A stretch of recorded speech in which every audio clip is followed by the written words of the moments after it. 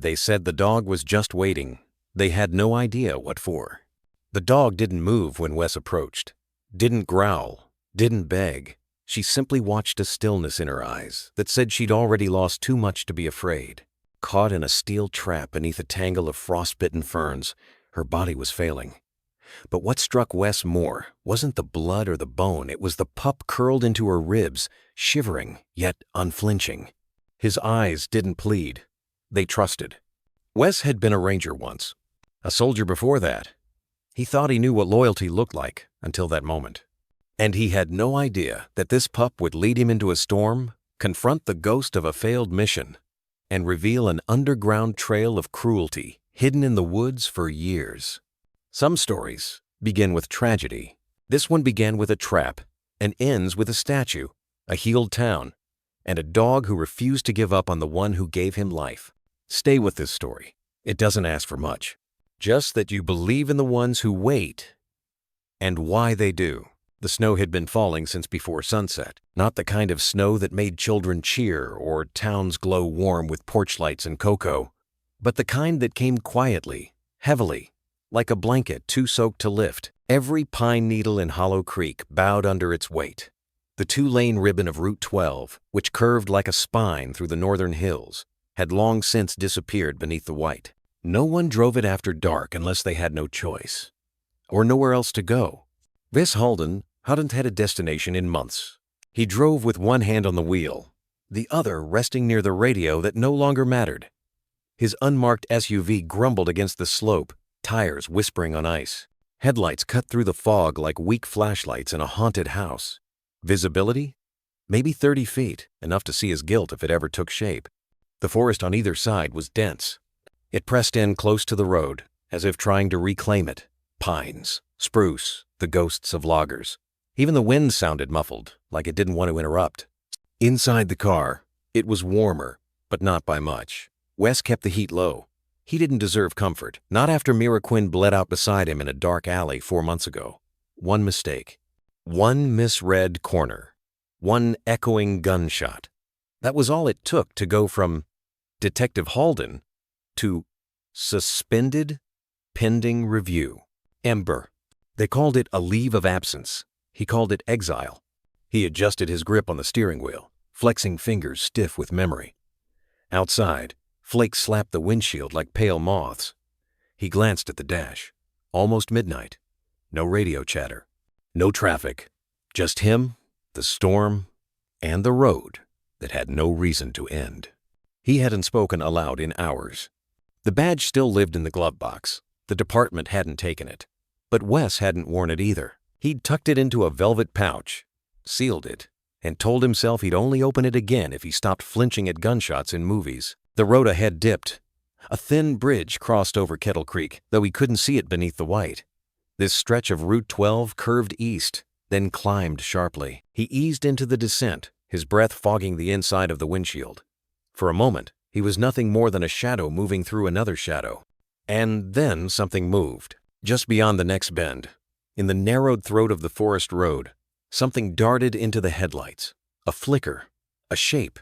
Not big, not slow, but deliberate. Wes's foot slammed the brake. The SUV skidded on black ice, a low moan rising from the tires. He gripped the wheel, heart thudding. The vehicle veered, then stilled. Silence. In the center of the road, directly in the beams of his headlights, stood a dog, number A puppy. Small, maybe 12 or 13 weeks old. A German shepherd. Black and tan fur damp and spiked with frost. Chest heaving. Eyes amber bright. Not running. Not whimpering. Just standing there shaking, but holding. Wes blinked hard. Leaned closer to the windshield. The pup didn't move. Wes stared at him. Or maybe it was her. The puppy was too far to tell, and too young to care. It didn't matter. What mattered was that in the middle of this God-forsaken road, with snow pouring down like ash and no one else within miles, this pup had chosen to face headlights and death rather than leave. And it was barking. High-pitched, frantic, each bark sharper than the one before. It wasn't random noise, it was purposeful, like a flare in the dark. Wes slowly unbuckled his seatbelt. His breath felt louder than it should have. He grabbed the flashlight from the center console, opened the door, and stepped out. The cold hit him like a slap. It bit into his skin, crawled down his collar, wrapped around his bones. Snow crunched beneath his boots. Wind curled past his ears, whispering. The puppy stopped barking and stared. Wes took 3 steps forward. The flashlight hung in his hand, but he didn't turn it on yet. He didn't need to. "I see you," he muttered. The pup tilted its head. Wes crouched slowly. "What are you doing out here?" he asked, his voice cracked from disuse. "Where's your—" The pup took 1 step forward. Not to run, to reach. Its tiny teeth grabbed the hem of his coat. It tugged. Wes froze. The pup let go, barked once, and tugged again. Then it turned. It sprinted toward the trees, then stopped, looked back. Barked again. Wes stood, heart pounding. Something in his gut twisted. Something old, something human. He looked back at the running vehicle. Exhaust ghosted from the tailpipe. Then at the forest, where the pup waited. And something in him, the part that once drove toward danger instead of away from it, whispered, "Go." So Wes Halden did the only thing that ever made sense to men like him, even when nothing made sense at all. He followed. The SUV idled in the middle of the snow-blanketed road, its headlights cutting 2 bright tunnels into the night. Flakes continued to drift like silent ash, filling the world with a hush so absolute it felt sacred. But in the center of that beam, that narrow slice of visibility surrounded by forest and shadow, the world had already stopped. Wes Halden stood with 1 boot on the icy pavement, 1 hand still resting on the open driver's side door. He didn't move, couldn't, not because he was afraid, but because the sight before him felt wrong, too still, too deliberate. The pup was back again, the same one that had darted into his headlights just moments earlier, but this time it wasn't crossing the road. It was waiting. A tiny German shepherd, its ears pinned, legs braced, tail stiff with tension. Its small chest rose and fell in shallow gasps, each breath exploding into clouds that melted quickly in the cold. The pup looked half-starved, damp with snowmelt, and trembling. And it was barking. Not the yip of a frightened animal or the desperate howl of something lost. Number. This was different. Every bark was sharp, purposeful, like punctuation marks on a sentence Wes couldn't yet read. "Jesus," Wes whispered to no one. His fingers twitched, automatically reaching toward his hip. Not for his weapon that had been surrendered during suspension, not for his radio no one would answer, but for something older, instinctual. His badge. Except it wasn't there anymore. He caught himself, hand hovering near where the badge used to sit, clipped to his belt. For a moment, all he felt was fabric. Nothing gleamed there now. Just guilt. Wes blinked the snow from his lashes, then slowly, deliberately, reached into his coat pocket. The velvet pouch. Still there, still sealed. He didn't open it. Instead, he stared forward. The pup hadn't moved. Wes stepped fully out of the car now, door left ajar. The soft beep of the open cabin, light the only sound besides the wind. The flashlight in his hand felt useless. He didn't turn it on. The headlights were enough. They caught the reflection in the pup's eyes, twin glints of amber flame. "Where the hell did you come from?" he asked, not expecting an answer. The pup let out another bark louder, this time its voice cracking at the end. And then it ran. Not away, but toward him. Wes tensed, but didn't retreat. The puppy skidded to a stop just 2 feet in front of him. Eyes wide, tail rigid, breath short. Then with a suddenness that startled him, the dog bit the edge of his coat. Not hard, not aggressive, just a grab, a tug. "Hey," Wes started. The pup released, backed up a step, barked again. 1 sharp note. Then it darted back to the tree line. Stopped, looked over its shoulder, and barked again. Wes turned his head toward the forest. Beyond the reach of the SUV's lights, it was pitch black. Pines hunched together like quiet sentries. Snow drifted between trunks like forgotten spirits. The cold pressed closer now. He could feel it in the thin space between layers of clothing, a pressure that wasn't entirely physical. The pup was staring at him from the shadows. "Lead the way, huh?" Wes muttered. "You're out of your mind." But his feet were already moving. He glanced once more at the running vehicle, engine humming, heater wheezing, lights cutting a path into nothing. And then he reached back inside and turned it off. The world fell into a deeper silence. Wes slipped the flashlight into his coat pocket, tightened his gloves, and stepped off the pavement. The snow was deeper here, softer. Each step crunched with a weight that made his knees ache. The pup stayed just ahead, 10 feet, maybe weaving between the trees, always stopping to glance back, making sure Wes followed. There was something unnatural about it, something human, too focused for a stray, too insistent to be coincidence. The further they went, the less road there was. No more tire tracks, no plows, no signs of anyone coming here by accident. Just a narrow game trail winding through drifts and fallen limbs. Branches scratched at Wes's sleeves, reaching like brittle fingers. The pup pressed on. And Wes, inexplicably, kept following. He didn't understand why, not really. Maybe it was because it gave him something to do other than think. Maybe it was the bark. Maybe it was that look in the pup's eyes, not fear, but urgency. Whatever it was, it pulled him forward. 30 yards in, the forest swallowed the last of the road's light. He turned on the flashlight. Its beam cast a narrow cone ahead, catching glimpses of paw prints, snow-draped ferns, patches of frost-scoured bark. The pup stayed visible only in brief flashes, a flick of a tail, the shine of an eye, the ghost of breath against moonless dark. And then, for a moment, everything went still again. The pup had stopped, not out of fear, but at a clearing just ahead. It turned to Wes, ears pricked, tail lowered, and barked once more. But this time, it wasn't ferocious. It was broken. A soft, pained cry that barely carried like a child knocking on a locked door with hands too small to matter. Wes's breath caught. He stepped forward. The trees thinned, and someone waited on the other side of that bark. The clearing opened like a breath held too long.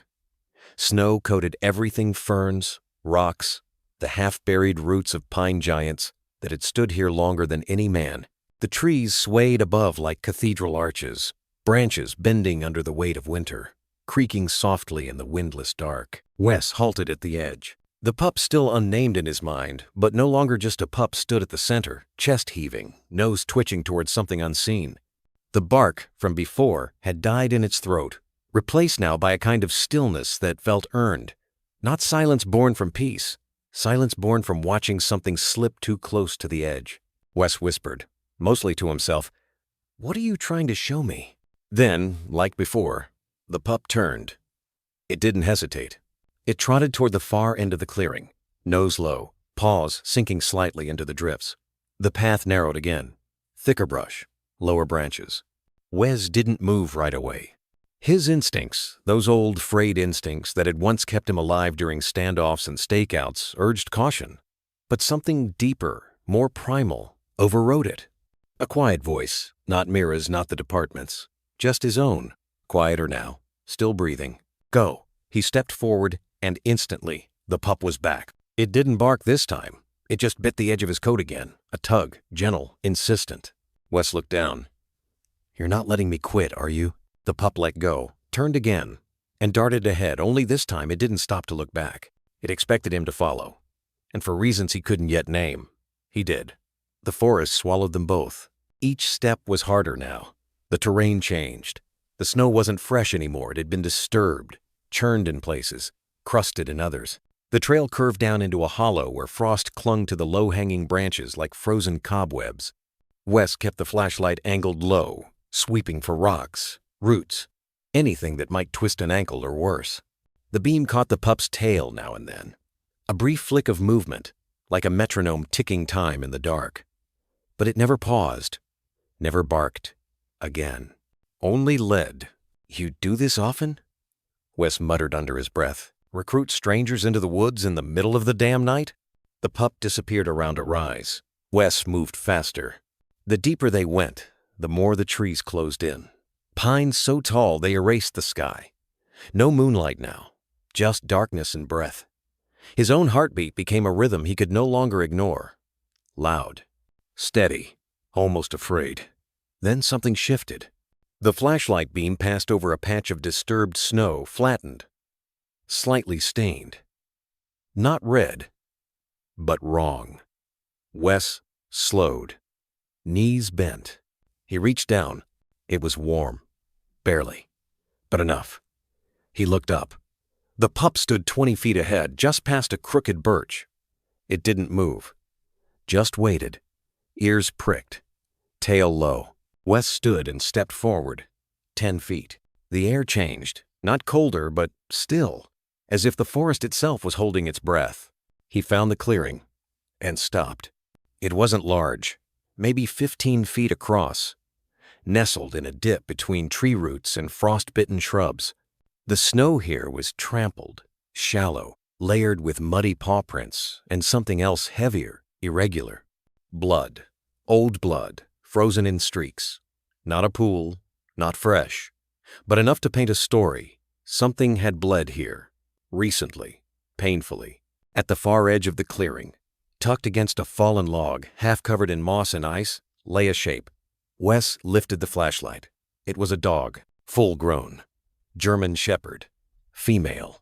Her coat was streaked with dirt and crusted blood. One hind leg jutted at the wrong angle, twisted grotesquely in a rusted steel trap. She was still alive. Barely. Her chest rose and fell in shallow rhythms, each breath whistling through a wound somewhere beneath the ribs. Her eyes were open, dim, but aware. They met his. Wes didn't move.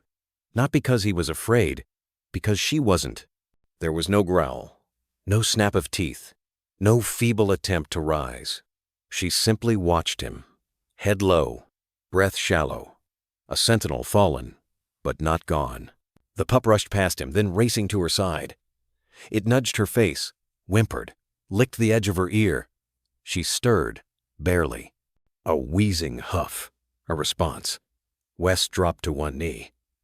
"Jesus," he whispered. His hands moved before he could think, reaching into his coat for the multi-tool he kept clipped inside. He crept closer, slowly, flashlight set on the ground, angled upward to give him both hands.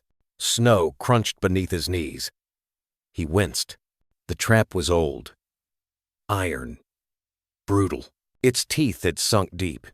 He could smell infection now beneath the blood. A mix of rot and rust and cold. He spoke without knowing why. "Easy, girl. I've got you." The dog didn't flinch. She didn't resist. She didn't have the strength to. The pup pressed against her side, as if to anchor her in place. Wes found the release spring, fingers numb. It took effort more than it should have. The trap had frozen shut in places. He cursed under his breath, hands slipping, wrenching again. And then snap. The jaws released. Not wide. Just enough. Wes forced them open the rest of the way with a grunt, freeing her leg. She whimpered softly, but she didn't bite, didn't flee. She trusted him, or maybe she had no more energy left to fear. The pup licked her muzzle again and looked up at Wes, and for the first time, he saw it. Not desperation, not panic. Something closer to relief. Like the little one had known, if it barked loud enough, waited long enough, someone would come. Wes swallowed. He reached into his pack, pulled out the emergency blanket, and wrapped it gently around both of them, mother and pup. He removed his flannel shirt, folded it, and placed it beneath her leg to stanch the bleeding. The pup shivered against her, eyes blinking slowly now. "You brought me here," Wes said quietly. "You brought me here." The forest said nothing, but somewhere above, in the tops of the pines, a breeze stirred. And in that cold breath of wind, something inside Wes shifted. Not healed, not forgiven, but pulled a fraction closer to center. The snow was thinner here, pressed down, churned by pacing paws and frantic scratches. But beneath the white crust, patches of brown earth and broken needles peeked through, as if the forest itself had bruised under the weight of suffering. Wes crouched low, breath fogging the air in short bursts, his knees soaked from the snow, the flashlight angled beneath his chin. The beam caught everything, every jagged line of rusted steel, every sharp edge of blood-dark ice clinging to fur, every quiet tremble in the dog's body. She lay crumpled beside a mound of ferns flattened by her weight and time. Once green, the plants had gone brittle, frost-bitten, as if sharing her decay. Her hind leg was still inside the trap, bones warped unnaturally, fur clumped around the open wound. There was no clean break, just damage raw, grinding, unresolved. But she didn't cry. She didn't growl. She didn't bare her teeth the way wounded animals usually did. She simply watched. Eyes open, golden, soft, steady, like amber fossilized around pain. Wes had seen that look before. On humans. In alleyways after gunfire. In hospital corridors when hope had just died. In Mira's eyes as the light left hers. Calm but searching, as if trying to memorize the face of the last person left. The pup, the one who had led him here, nudged closer. He was a small thing now, next to her bulk. A candle beside a dying fire. But he pressed against her muzzle with gentle persistence, as if he could breathe life back into her through proximity alone. She responded with the faintest sound. Not quite a sigh, not quite a whimper.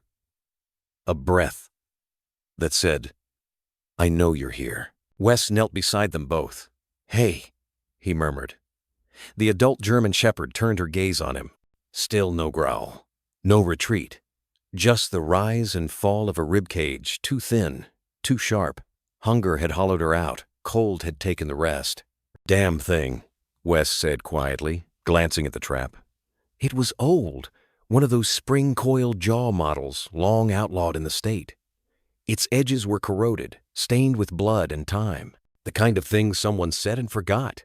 Or worse, said on purpose. He reached for his multi-tool again, but his fingers were clumsy now, frozen at the knuckles, numbed by snow and adrenaline. The zipper on his coat jingled softly as he worked it open. He tried to move slow, deliberate, nothing that would startle. But the mother didn't flinch. "She's not fighting," Wes said under his breath almost to himself. "Either she trusts too easy, or she's too far gone to care." The pup still unnamed, but taking up space in his chest, now curled close to her belly, placing his head under her chin, pressing upward. It looked like comfort. It felt like goodbye. Wes's jaw tightened. "No," he whispered. "Not yet." The forest leaned in around them. There was no wind, no rustle of wings, or animals moving through brush. Just the sound of his breathing, the low hum of suffering. And somewhere far behind him, the engine of the SUV ticking softly in the distance, like a world that hadn't realized something sacred was happening here. He ran his hand along the edge of the trap, cold bit through his gloves. The mechanism had jammed. Rust had eaten into the coil spring. He would need to force it open slowly, carefully.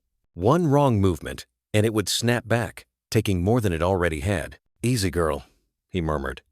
"Stay with me."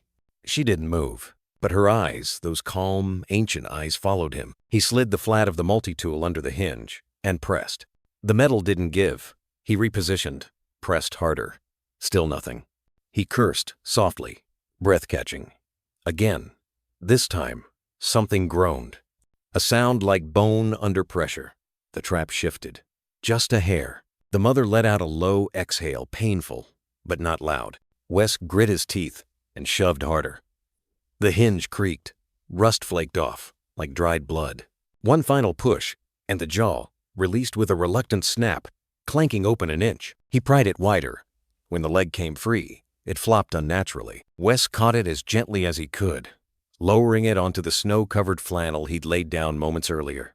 She whimpered. Just once. And then, silence again. Wes sat back on his heels. His hands were shaking, either from cold or adrenaline, maybe both. He pulled off his gloves, tore open his backpack, found a thin emergency wrap and a thermal blanket.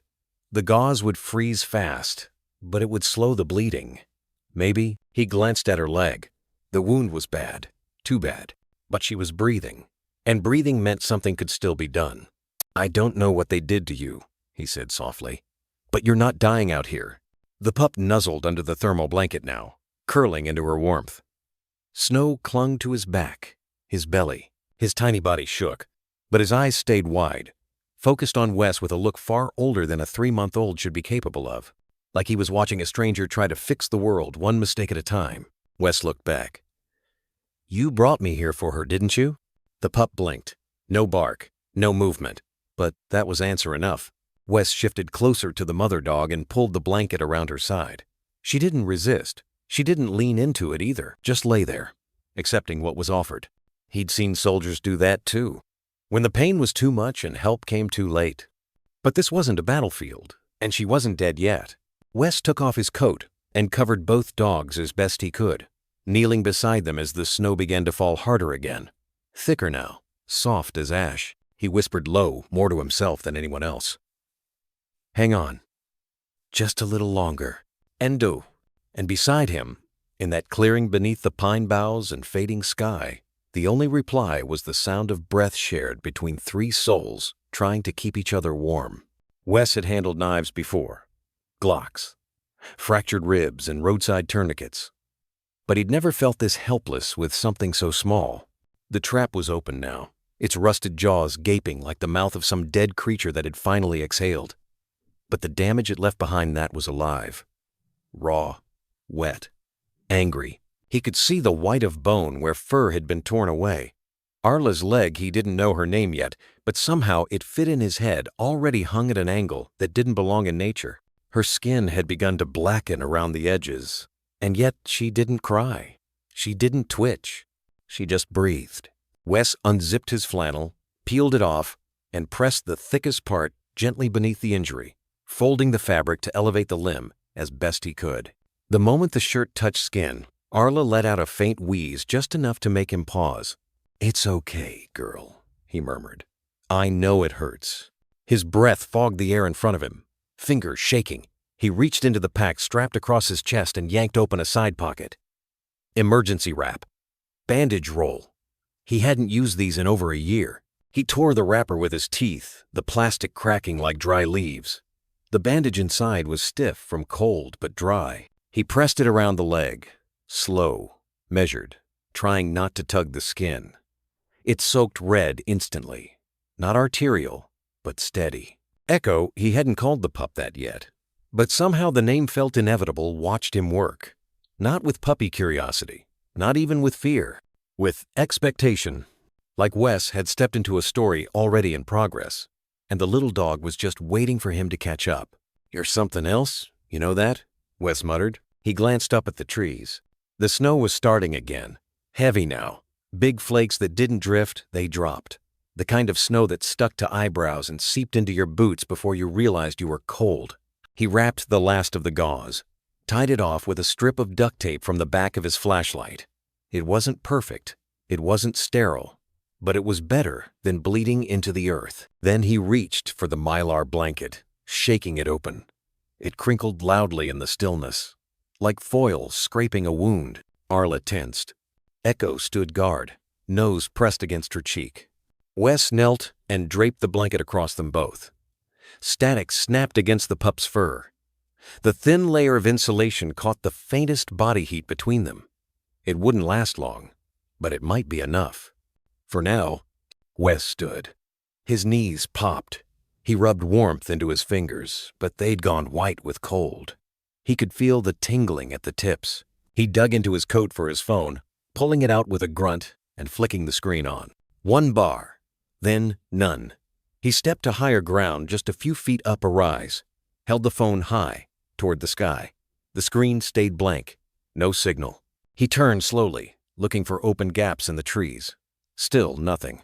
"Come on," he whispered. "No luck." He pulled his radio from his pack next. It was small, battered, and technically off-limits since the suspension, but it still held charge. He clicked it on. Static. "Dispatch.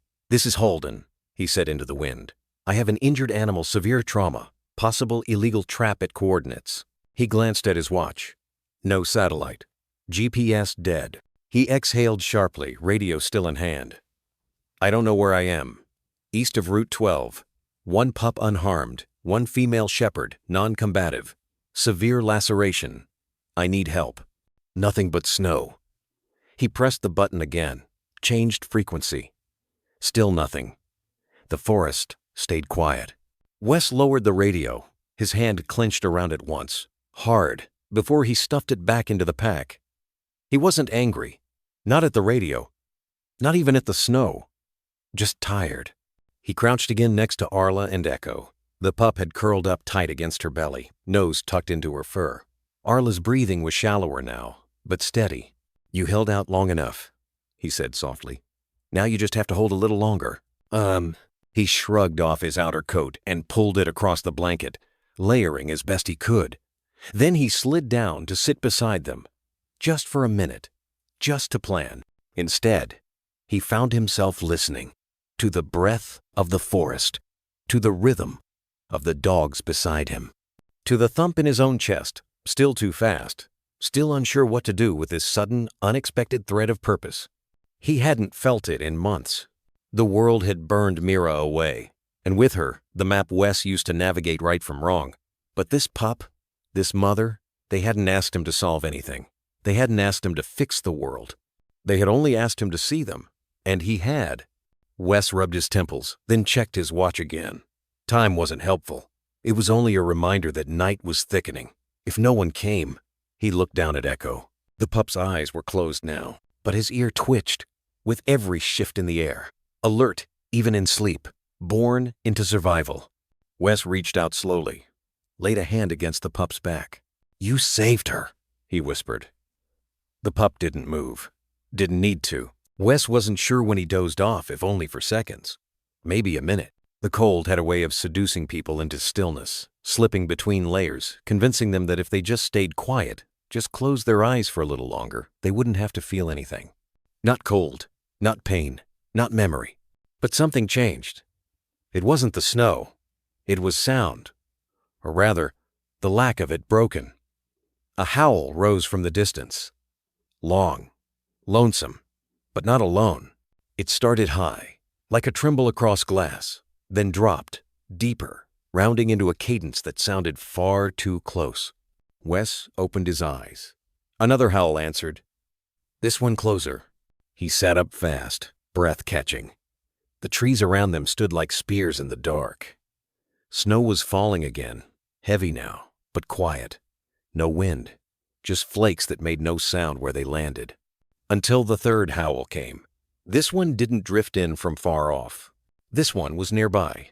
Wes reached for the flashlight with fingers that barely listened.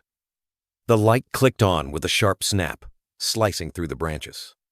Echo was already on his feet. The little pup, no bigger than a bundled jacket, stood stiff-legged in front of Arla, his back arched, fur bristling. He didn't whimper, he didn't bark, he growled. A low, unstable sound. It started in his throat, rose like a warning, then dropped into a defiant, rumbling snarl that didn't belong in something so small. Arla stirred behind him, the blanket slipping from her shoulders. Her eyes opened, golden and glassy. She didn't lift her head, but her lip curled, and a soft, broken growl vibrated from her chest. A warning. Wes swept the flashlight in an arc across the tree line. At first he saw nothing, just white, then eyes. 2 pinpoints of pale green shimmered back from the dark, unblinking, set wide apart, low to the ground. Then a second pair blinked into existence, and a third. Wolves. 3 at least, possibly more. Wes felt his chest tighten. His sidearm was locked in the SUV, half a mile back. Stupid. He reached for the multi-tool again. Useless in a real fight. He touched the flashlight like it might turn into something more than a beam of false security. Another growl echoed from the left. They were circling, drawn by the smell of blood, or weakness, or maybe just hunger. Echo didn't flinch. He took 1 step forward. His growl sharpened. "Easy," Wes whispered. "Stay back." But the pup didn't listen. Another step. Wes almost moved to grab him, but something in the pup's posture stopped him. There was no panic in him, no trembling now, just focus. Arla let out a low, crackling noise behind them. Not quite a bark, not quite a plea. Her body twitched, but the pain kept her grounded. The forest went still again. No wind, no rustling branches, only the wolves. And those eyes, watching, waiting, calculating. Wes stood, legs numb, heart hammering. He raised the flashlight, pointed it at the nearest pair of eyes. The beam hit them straight on, and for 1 breathless second, the eyes didn't move. Then, a blink, a soft rustle, and gone. One by one, the eyes disappeared, slipping back into the trees as silently as they had come. Not spooked, not defeated, just choosing not to engage. Wes exhaled, shaky, hollow, a sound more relief than breath. He dropped back to one knee, reached out. Echo turned to him now, still tense, still watching the forest. But his growl faded. "You held the line," Wes murmured. The pup turned fully, ears twitching, and walked back toward him with deliberate slowness. He pressed his head briefly against Wes's knee, then turned and curled beside Arla once more. That was it. No praise needed, no comfort asked for. Just done, like a soldier returning to post. Wes leaned back against the cold bark of a pine, the flashlight angled downward now, resting in his lap. His pulse hadn't yet caught up with the quiet. He looked at his own hands, still trembling, not from fear anymore, but from something older, something that had been buried under months of shame and static. He remembered something Mira once said, after their first raid together, after the first time they'd walked into a house filled with silence and found a child still breathing. "You don't know what kind of man you are until someone smaller needs you to be better." That voice echoed in his head now, because tonight, someone smaller had needed him. A mother on the edge of death, a pup who hadn't run, a pair of eyes that had dared the night to do its worst. And Wes had followed. He wasn't sure what that meant yet, but something had stirred in him in that moment, with Echo standing between predator and pain, with Arla breathing slow beneath the foil of a blanket, with the snow curling between the trees like smoke from a long extinguished fire. Something had moved inside him, a memory, a muscle, a part of himself that had grown quiet the day the bullet hit Mira. He didn't know, but he knew this. He wasn't leaving them behind. Not tonight. Not ever. The wind returned just after midnight, not howling, not vicious, just enough to remind the world it was alive. Snow twisted sideways through the trees, clinging to branches already heavy with weight. The clearing, where Arla lay breathing shallow beneath a silver blanket and a coat that didn't belong to her, had begun to sink under the snow. If they stayed there until morning, Wes knew she wouldn't survive the cold. Maybe none of them would. So he moved. He stood without a word, letting the flashlight dangle from his coat collar, leaving both hands free. He scanned the tree line with a soldier's eye, not for threats now, but for possibility. A downed pine lay 20 feet east of the clearing, half rotted, covered in moss and a crust of ice. But the trunk was thick, and the boughs overhead dipped low enough to form a natural half canopy. One end leaned into the crook of a standing cedar, making a sort of crooked shelter already half built by time. Wes moved quickly. He cleared snow with his arms, then his boots, scraped out a shallow basin in the frozen earth, revealing dead needles and blackened soil beneath. Then he began gathering pine boughs, thick ones, wide-fanned, dragging them into the hollow like a bear preparing for hibernation. His fingers stung. Each branch snapped back with a vengeance, slapping against skin gone red and raw. But he didn't stop. He didn't even notice he was muttering under his breath. "Almost there. Just a little longer." He broke off 2 branches from a dying hemlock, pulled out the emergency tarp from his pack, and draped it over the trunk, pinning the edges down with rocks and snow. Not waterproof, not windproof, but better than the open air. Once it was ready, he returned to the clearing. Arla hadn't moved. Her eyes were half-lidded now, pupils dull in the dim beam of light. Each breath she took was thinner than the last, the way dying things breathe when they're trying not to burden the world with their leaving. Echo lay pressed against her side.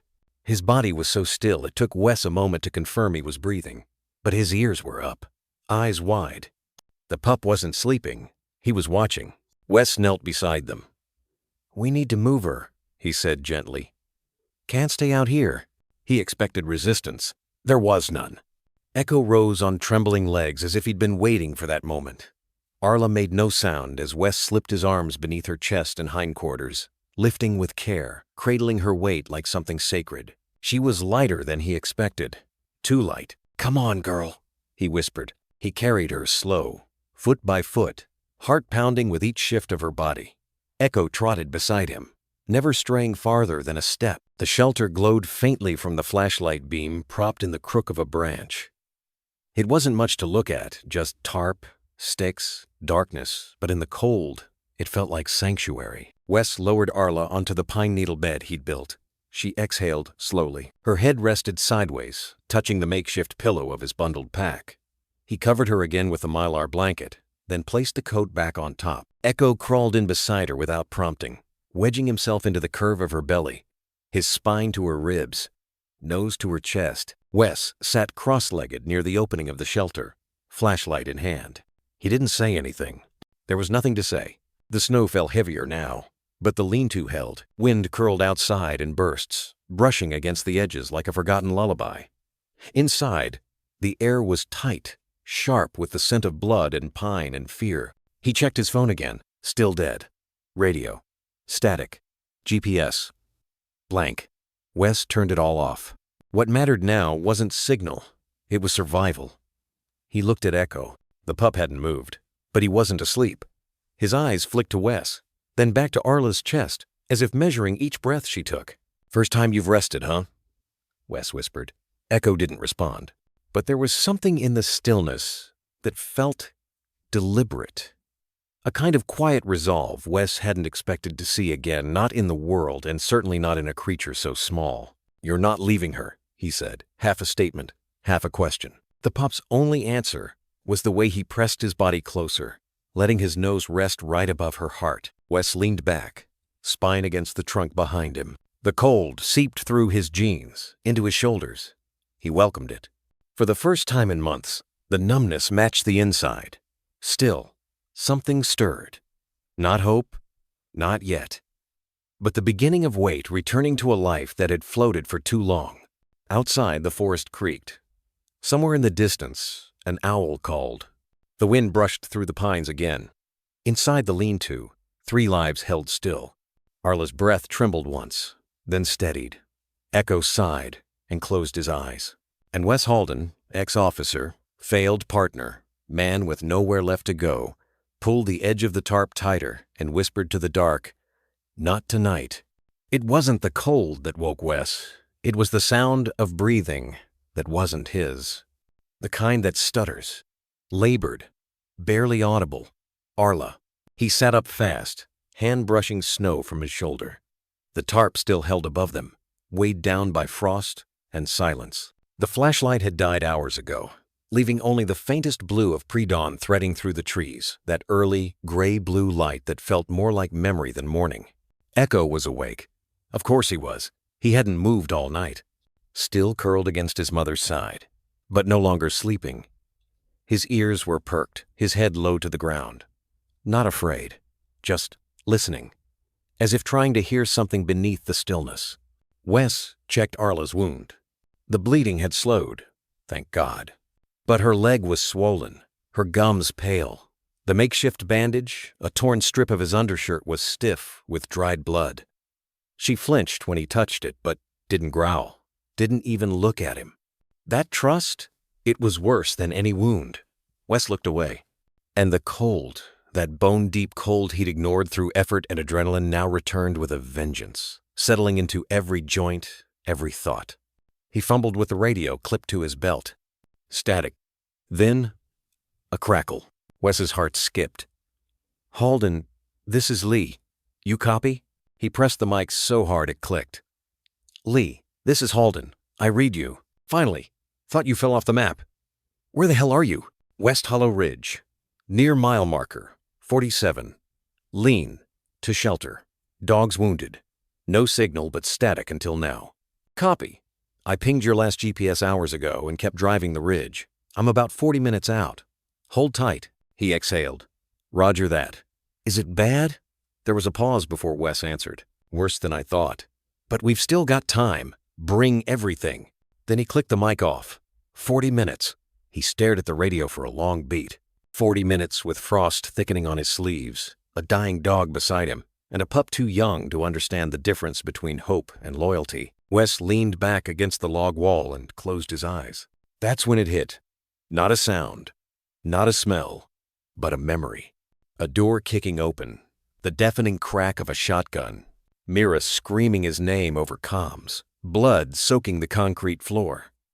The sharp sting of smoke, his arms holding her tighter than he'd ever held anyone. Begging, pleading, "Stay with me, don't close your eyes, Mira Mira." A soft whine pulled him back. Echo. The pup had turned his head, watching Wes with that tilted, intuitive gaze dogs have when they know something's breaking, even if they can't name it. Wes wiped a hand across his face. He didn't realize until then that he'd been crying. The snow outside had softened, shifting to a fine powder drifting through the trees like ash. The kind of snow that doesn't fall fast, but lingers, lays down gently, covers pain like a blanket. "You feel it too, don't you?" Wes murmured. Echo didn't answer. Not with sound. But he moved closer, just enough for his head to rest on Wes's boot. That tiny gesture. Wes swallowed hard and placed a hand on the pup's back. No words, just contact. Like Mira used to do in the car after a bad call, hand resting on his shoulder. Nothing said. The silence always meant more than language. Time passed. The wind began to shift. Less erratic now, but heavier. Wes stood to check the perimeter one last time. Even if rescue was coming, the thought of waiting felt wrong. Passive, vulnerable. He stepped beyond the tarp, snow crunching beneath his boots. Something in the air had changed. He couldn't say what at first, just a sense. A tightening. He scanned the snow-covered ground, then stopped. Boot prints. Human. Wes crouched low. They were half filled with new snow, but not old. Sharp edges. Maybe 12 hours, maybe less, leading away from the trap site, toward the western slope. He followed for a few paces, heart now hammering against his ribs.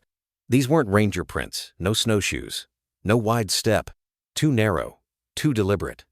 Wes knew that gait. He'd arrested men who walked like that, light on their feet but heavy with intent. Poacher. He turned back, scanned the trees. Nothing, just pines and pale sky. The air felt too still, like it was watching him. Back at the shelter, Echo sat up straight, hackles slightly raised. He hadn't barked, but he'd noticed too. Wes returned fast. He crouched beside the pup, brushing snow off his fur. "Good boy," he whispered. "I saw it." He didn't say more. Didn't want to give the fear shape. Not yet. Inside, Arla stirred faintly, a soft sound in her throat. Her eyes opened. Cloudy, but alive. Wes leaned closer. Her gaze met his, then flicked to Echo, and back again. No growl, no movement, just a thread of awareness. She was still with them. Wes exhaled and sat back, reaching into his coat, pulled out the old thermos from earlier. Still warm enough. He poured a little water into the cap, placed it beside Echo. The pup lapped at it quietly, then nudged the rest toward his mother. She didn't drink, but she didn't turn away either. Outside, the sound of tires crunching in the snow, faint, distant. Then a low hum. Wes rose. Maya. He stepped out from the lean-to, raised a flare, and for the first time in 2 days, the sky answered with more than snow. It answered with rescue. The sound of boots on snow came before the voice. Wes heard them faintly, a rhythm not found in wind or wildlife. Not panicked, not casual. A deliberate tread through deep powder, steady and trained. He stepped from under the lean-to, breath. A pale cloud. Hand brushing the grip of the pistol still strapped to his belt, out of habit more than protocol. The figure emerged through the trees, like a shadow drawn into light. Maya Lee. Goggles pushed to her forehead. Scarf pulled down just enough to show the frozen breath at the corners of her lips. Her uniform was half covered by a snow parka, rifle slung low, but her eyes, sharp, brown, unblinking, hadn't changed since the academy. Wes lowered his hand slowly. "You disobeyed a direct order." She pulled down her scarf, ignoring the greeting. "Yeah, I did." They stood 5 feet apart. No handshake, no warm reunion. Only the bitter cold and a silence thick with memory and unsaid things. Wes glanced back toward the shelter. "They're alive. Barely." End of 12th. Maya stepped forward, kneeling just outside the lean-to entrance. Her eyes flicked to the pup first, then to Arla. Her breath caught. Echo looked up at her, head tilted, as if sensing something familiar in the calm stillness she carried. Maya didn't reach to touch him. She just nodded once. "You found them," she said quietly. "Or maybe they found you." Wes didn't answer. He was staring at her boots, wet, laced tight, edges lined with frost. She'd been out here a while. "How far did you come?" he asked. "Since before dawn." she said. Tracked your last ping, then followed a trail no one wanted to see, he exhaled. They both knew what that meant. Maya stood. Snow clung to the hem of her coat like old ghosts. She looked at him for a long moment. You look like hell. Thanks, Wes said. You look like you don't follow rules anymore. She cracked a small, reluctant smile. I never followed the ones that didn't make sense. That broke the tension just enough for Wes to move. He walked toward the fire pit he'd tried and failed to keep warm. It was mostly a ring of ash and half-burned twigs now. Maya followed. He crouched, relit it with the last of the fuel gel, and warmed his hands over the flickering flame. They were left here, he said. Someone meant for her to die. Trap was military grade. Custom teeth. Maya's face darkened. Poacher? Wes nodded. Derek Chain. She swore under her breath. That bastard. You put him away. Not long enough. They both stared into the fire. Echo pressed closer to Arla inside the lean-to, though he didn't sleep. His eyes tracked every shift in their voices, every flicker of movement. Maya didn't speak for a while. Then, what are you going to do? Wes didn't answer right away. He just rubbed his hands together again and watched the sparks drift upward. I think, he said slowly, I'm going to stay here, with them, until they're safe. After that, he didn't finish. Maya crouched beside the fire, pulling out a ration pack. She slid one across the snow to him. We're not done yet, Wes. I'm not a cop anymore, he said quietly. Maybe not on paper, she said. But in the woods? With dogs bleeding and men still hunting? That badge doesn't matter. What you do does. He looked at her, eyes harder now. You think I don't know that? Maya didn't flinch. I think you forgot. There it was. Not an accusation. Not blame. Just truth. He swallowed hard. Looked down at his boots, crusted in dried blood and ash. Then back at her. You coming back with backup? No, she said. I'm staying. Wes blinked. They'll put you on report. They already did. Maya shrugged. Guess we're both ex-somethings now. That pulled a low, rough chuckle from Wes. First in days. It didn't last long, but it broke the ice enough for the air between them to shift.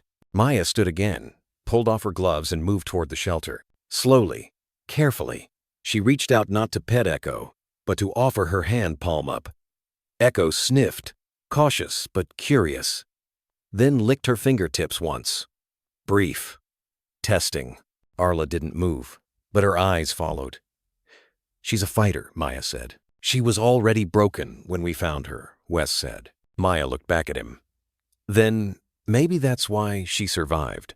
They said nothing after that. Wes handed her his coat for extra warmth over the dogs.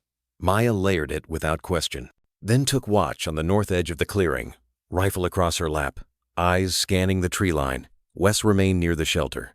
Together, without ever saying it, they formed something new in the snow, a kind of pact that didn't require ceremony, just presence, just firelight and breath in the cold. Because out here, far from headlines and courtrooms and precinct walls, the only thing that mattered was who showed up and who stayed. The cold had turned mean overnight. The kind of cold that didn't simply chill the skin, it crept into the marrow, settled behind the teeth, and waited. The sun was only a dim halo behind a ceiling of pine-gray clouds, the snow crunching underfoot like shattered bone. Wes stood beside the shelter, hands raw and stiff, threading two belts through the corners of an old emergency canvas tarp. Hold still, he murmured, more to himself than anyone else. Arla didn't protest. Her breath came in soft clouds, ribs rising and falling like the slow tide of something ancient. Her back legs, still wrapped in blood-stained cloth, trembled with each gust of wind. She looked smaller now, as if the night had taken something more than flesh. Echo sat nearby, tail tucked, eyes watching every knot Wes tied, every movement, every tremor, as though willing this moment to hold. From behind them, Maya stood with her rifle resting diagonally across her chest. Her eyes never left the tree line, but every so often, she glanced back just to make sure Wes hadn't folded under the weight of it all. He didn't, not yet. The makeshift sling was crude, but secure. Wes knelt beside Arla and whispered something neither Maya nor the forest could hear. Then, with deliberate care, he slid his arms under the mother dog's frame and hoisted the sling up his back, tying the canvas to his chest with the belts crossing over his ribs. Her weight hit like truth. Not unbearable, but insistent. A quiet gravity pressing into his spine. She didn't whimper, didn't flinch.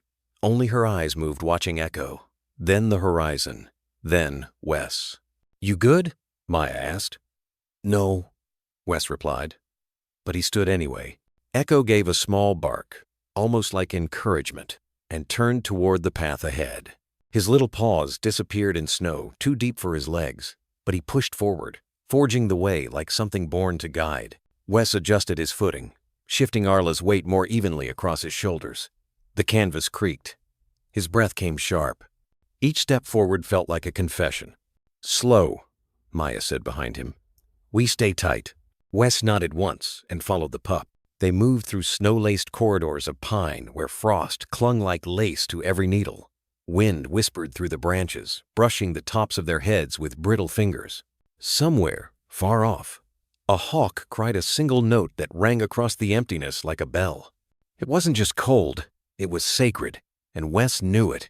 With every careful footfall, every glance down at Echo clearing the path, and every shift of Arla's body on his back, he felt something more than duty, more than guilt. He felt chosen, not by command, not by law, but by something raw and wordless, the kind that doesn't ask. It just calls. Arla's body was warm against his back, too warm. Fever.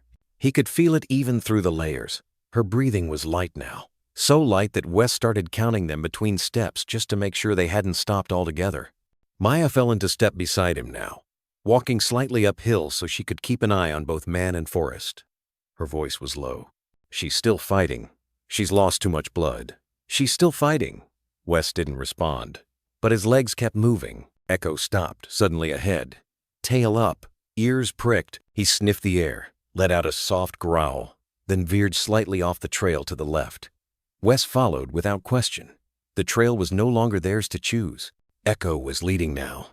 Not just the path, but the rhythm. One bark, 2 steps, 1 breath. The forest closed around them like a cathedral. Pine trunks like columns. Snow falling in quiet flurries of absolution. Wes's shoulders ached. His lower back burned. But he didn't stop. Not once. Because this was the penance. Not punishment, but the path back. Back to something he hadn't dared name since Mira, since the botched raid, since the badge was laid on the desk and the folded flag was handed off like a receipt for failure. Ahead, Echo paused and looked back. His eyes met Wes's, and for a heartbeat, the world shrank into something intimate and wordless. Just breath. Just trust. "I got her," Wes murmured hoarsely. And Echo turned, leading again. By midday, the clouds began to break, letting slices of pale gold light spill between the trees. The snow sparkled like old glass. Arla stirred once on Wes's back. A quiet whimper. A twitch of her ear. It felt like sunrise in his bones. Maya noticed too. "She's still in there," she said gently. "She knows who's carrying her." Wes gave a small nod, throat too tight to speak. The path climbed slightly. Wes stumbled once.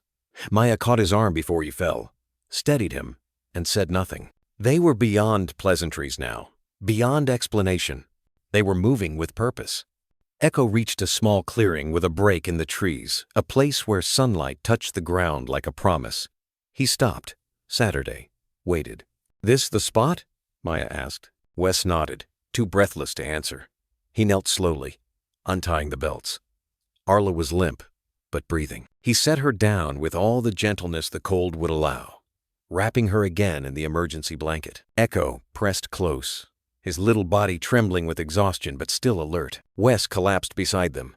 Not from defeat, from devotion. Maya took first watch, eyes scanning the forest again. Wes sat in the snow, shoulder to shoulder with the pup who'd stopped traffic, changed the course of a night, and without knowing rescued something far more broken than a body. He looked at Arla, barely conscious beneath the layers, and whispered, "You're safe now. I'll carry you as far as it takes." And for the first time since Mira died, Wes Halden meant every word. The forest had gone quiet. Not just silent, but too silent. The kind that makes every branch snap feel like a scream. Wes felt it before he saw it. The change in the air. The sudden shift in Echo's gait. The way Maya's hand flexed tighter around the grip of her rifle. They'd been walking for hours, skirting the edge of a frozen creek that slithered through the pine wood like a crack in a mirror. Sunlight glinted off its surface, ice thick and dusted in snow. But no animals crossed it. No birds overhead. Just a wide expanse of stillness. Echo stopped at the bank. He didn't bark, didn't growl. He just stood there, frozen. One paw lifted mid-step, ears forward, body tensed like a drawn bow. Wes adjusted Arla on his back. She was lighter now, drifting in and out of consciousness. He'd stopped checking his phone. The GPS had been no more helpful than a stone. The last ping had come nearly a mile back. A flicker of connection before being swallowed by trees again. "What is it, boy?" Wes whispered. Echo turned, looked straight at him, and then, without warning, barked once, sharply, explosively, like a flare in the fog. It echoed across the ice, then again, and again. Maya raised her weapon. Something's wrong. The bark wasn't just a sound, it was a signal. Echo stood at the edge of the frozen creek, posture screaming alarm. His tail wasn't wagging. His fur stood rigid along his back. The tiny pup, barely 3 months old, looked suddenly like a sentinel. Wes stepped forward, and that's when the shot rang out. A single crack. Sharp. Clean. It didn't hit them, but it was close. Too close. The report of the gun echoed through the trees like thunder under ice. Birds exploded from a pine canopy to their right. Echo crouched low, snarling. Arla stirred faintly on Wes's back. Maya didn't wait. She dropped to a knee, raised her rifle, and fired a warning shot into the air. The crack answered the forest. Then, nothing. Silence again. A silence so loud it made Wes's teeth ache. Maya's breath came in tight puffs. Not a hunter. That was aimed. "You sure?" "I know what near misses sound like," she replied. That was a message. Echo began pacing at the edge of the creek. Small paws scratching the snow, looking back toward them. Then forward again as if torn between urgency and fear. Wes followed his gaze. Across the creek, barely visible between 2 leaning birches, were tracks, human boot prints. Too wide, too deliberate for hikers. One set, leading toward them. Wes lowered Arla gently onto the ground, shielding her with his body. "We need to cross, now." "The ice?" Maya asked. He looked down. "It's holding. For now." He stepped onto the frozen creek first. The sound beneath his boots was unnerving, a hollow echo that rang upward through his ribs like a warning drum. But the surface held. A thin layer of snow covered the ice like a deceitful veil, hiding fractures and weaknesses. Wes moved slow. Each step deliberate. Each breath measured. He turned, offering a hand to Maya. "Go next. Echo follows. I'll carry her last." But Echo refused. He dashed forward before Maya could take a step, skimming across the ice with unsteady feet, barking at them to move faster. Another shot. This time, farther off. Echo flinched but didn't stop. "Go!" Wes ordered. Maya crossed next, rifle aimed back toward the trees. She moved with trained grace, boots sliding but never stumbling. Wes knelt beside Arla, checked her breath shallow, but still there, and wrapped her tighter.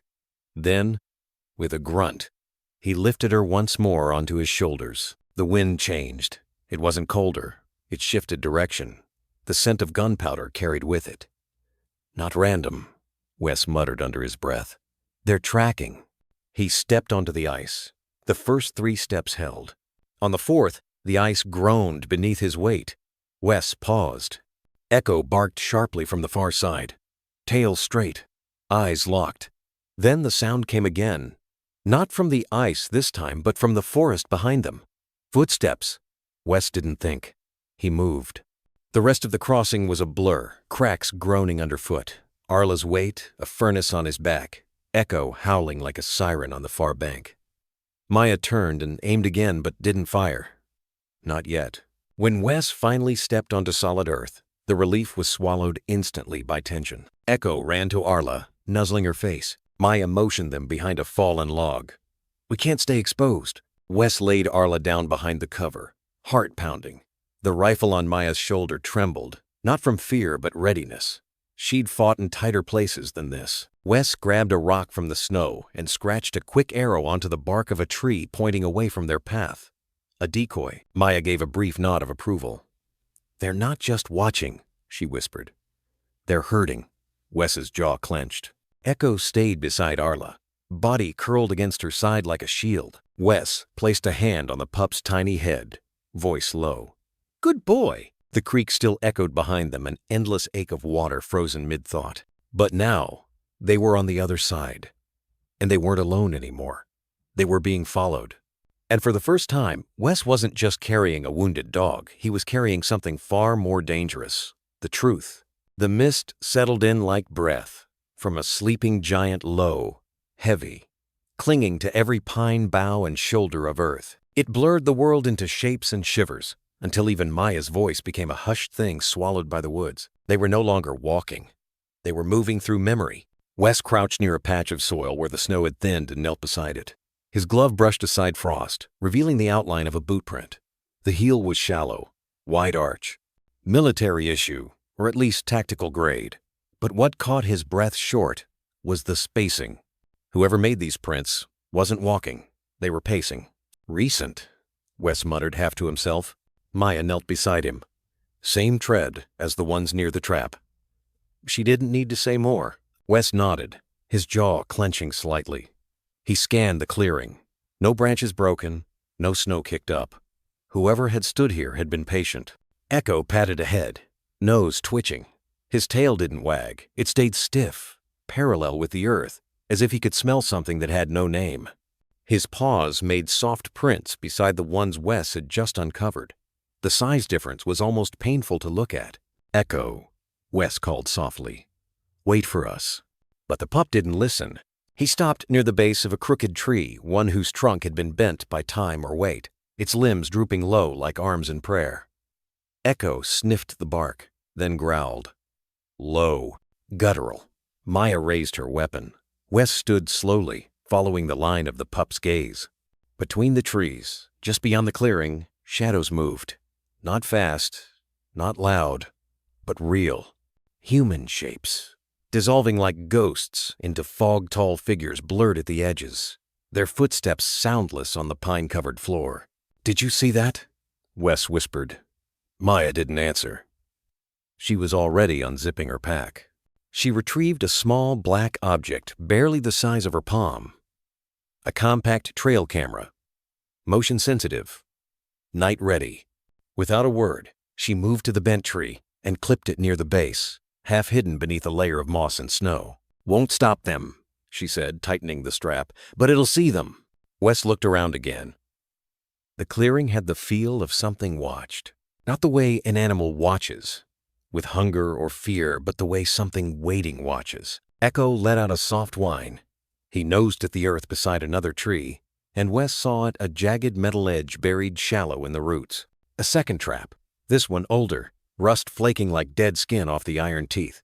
Wes exhaled slowly. "It wasn't random," Maya nodded. "They laid these here on purpose. Not for wolves. No," she said. "For witnesses." The word hung between them like breath in the cold. Echo circled back to Arla, who was resting beneath the emergency blanket draped over a bed of pine needles. Her breathing had steadied. She lifted her head slightly, nose twitching toward the mist, as if she too could feel them. Wes turned slowly. The fog shifted, coiled, and then for a flicker of a moment, parted. Another figure stood there, closer, still, no movement. A hooded silhouette, barely visible through the veil of white. No face, no features, just the outline of presence. Wes didn't move, neither did the figure. Echo snarled. And in that instant, the figure stepped backward and vanished into the mist, like a memory erased before it could be written down. Maya turned. "We're being herded again." "No," Wes replied, voice quiet. "We're being tested." They stayed low after that. Maya marked the tree where the trap had been found, recording it with a red chalk wax she carried in her vest. Wes helped her scan the perimeter, tracing the pattern of movement where the snow had been disturbed, where moss had been stripped from bark. It all told a story, not of hunters, but of planners. "This whole stretch of forest," Maya said, "it's been prepped, watched, maybe even wired." "For what?" She looked at him. "For people like you to find something you shouldn't." A long silence fell. Wes crouched again, studying the ground. Arla let out a quiet whimper, and Echo pressed his body closer to hers. That small act, his warmth against her ribs, was more moving than any speech could have been. Wes stood. "Let's move," he said softly. "We've seen enough." They left the clearing behind, but it didn't leave them. Not really, because even as they walked, the air remained thick with memory and the sensation of being followed by something older than fear. Behind them, the woods closed in, and the camera, nestled in bark and moss, blinked silently to life, recording, waiting. Because sometimes the forest doesn't just hide secrets. Sometimes it remembers who walked through. The Hollow Creek Wildlife Center was too quiet that night, sterile, antiseptic mingling with damp fur and snow. Fluorescent lights hummed low overhead, but it wasn't silence that unsettled Maya. It was Echo's howl, thin at first, then rising not defiance, but raw, ripped-apart sorrow. Inside Kennel 3B, the tiny German shepherd pup stood trembling, wet from melted snow, ears pinned back. His chest rose and fell like a trapped bird's, but his eyes didn't blink or stray. They locked on the steel-framed door where Arla had disappeared hours ago on a gurney. She hadn't looked back. She had no strength left. And Echo hadn't stopped howling since. Maya, arms crossed, uniform stained with dried blood and pine sap, crouched near the glass. A vet tech whispered, "We sedated him mildly, but he fought it off." "He's 3 months old," Maya said softly. "How does a pup fight sedation?" The tech glanced nervously at Echo. "He won't eat, won't drink, won't rest unless the lights are off. Even then, he stares at that door." Wes leaned against the wall, face drawn, shoulder bruised from hauling Arla through frozen woods. "Quiet until now. I've seen that look," he muttered. "What look?" the tech asked. "Loss. The kind that defines you." Echo's howl pierced the air again, shorter, hoarse, raw, then silence. He sat, head tilted like he was listening for footsteps that wouldn't come. Behind that door, surgeons fought to save Arla, ribs exposed, leg mangled, pulse threadbare. But Echo didn't know that. He only knew the door had closed. Maya pressed her hand to the glass. "You're not alone, buddy." Echo didn't move, didn't breathe deeply, but his ears twitched. Wes stood beside her. "He won't make it if she doesn't." "I know. Got anything that smells like her? Her blood? Blanket? Collar?" The tech hesitated. "We bagged her collar." She returned with a faded leather collar crusted with dried blood and pine sap. The tag read, "Arla." Maya nodded. "Open it." The tech flinched. "Against policy, he's unsupervised. He's not dangerous. He's dying. Not from injury, from waiting." The door clicked open. Inside, Echo didn't growl or move, just stared at the far door as if the world ended behind it. Maya knelt beside him, unzipped the bag, and held out the collar. At first, no reaction. Then his nose twitched. Once. Twice. Suddenly, he staggered forward, nuzzling the collar with desperate whimpers. He circled it, pressed his body against it, then collapsed, shaking with grief too big for his small frame. Maya sat beside him in silence. Outside the glass, Wes leaned his forehead against the wall, eyes closed. They didn't speak not about what might come through that door, but as Echo curled around the collar, sobbing softly, something cracked in the room. Healing, distant but real, took its first breath. Wes didn't sit. He stood, rigid against the beige wall, arms crossed, holding himself together. Inside, Echo remained curled, eyes dulled and unseeing. He blinked, but didn't see. Wes recognized that stillness, not peace, but grief's paralysis. A nurse knocked softly. He didn't turn. "I brought coffee," she said gently. "I'm fine," he muttered. "You've been standing for 2 hours." "I've stood longer." She set the coffee down. He hasn't closed his eyes. "I know." Wes gave no more. Just cold, unblinking watch. Echo twitched exhaustion. Not cold nose pressed deep in the collar. A low, rasping half-whimper escaped. Wes swallowed, hand tightening on his sling strap once, carrying a folded flag. A pistol, morphine, he never used. He closed his eyes, the hall dissolving. Night, rain, hospital bleach. 5 hours outside, room 214. They told him she wouldn't make it. Grief was a language they assumed he understood. He did not move. Not when machines stopped. Not when they covered her. Not when they rolled her away. He waited, like Echo, for a door that wouldn't open. Opening his eyes, the nurse stood quietly nearby. "You lost someone too." He nodded, silence enough. Dogs grieve more honestly. No masks, no strength facade. "Maybe they're stronger," Wes whispered. She looked through the glass. "He won't sleep. Scared she'll vanish. I get it." He finally sat, slow and heavy. Inside, Echo stirred. "I sat outside that room all night," Wes said quietly. "Watched them roll her away. Watched the hall never open again." The nurse lowered her eyes. "She was your partner?" He nodded. "My wife. Handler? Number." She hated guns. Painted rescue dogs. Called shelter dogs, her wild little sons. I thought she was naive. She was right. The pup sighed, ribs heaving. "I didn't cry when she died. Not then. Not after. It didn't feel real. But this? Him? It's the same stare." The nurse touched his arm. "It means you feel it. It was real. Number means I never left that hallway." Echo blinked. Wes pressed hands together, voice low. Meant only for Echo. "You're not alone in that hallway, kid. Not anymore." Echo's tail thumped softly. A vow, not a wag. The surgical monitor beeped steady proof. Arla's heart stayed. Outside, the forest held its breath, waiting. Bootsteps broke the silence. Maya returned, evidence bag in hand, posture tense. "Trail cam caught this 30 minutes after we left," she said, sliding grainy photos across the counter. Wes lifted the first. A figure hunched in winter camo, face half-hidden, eyes pale and sharp.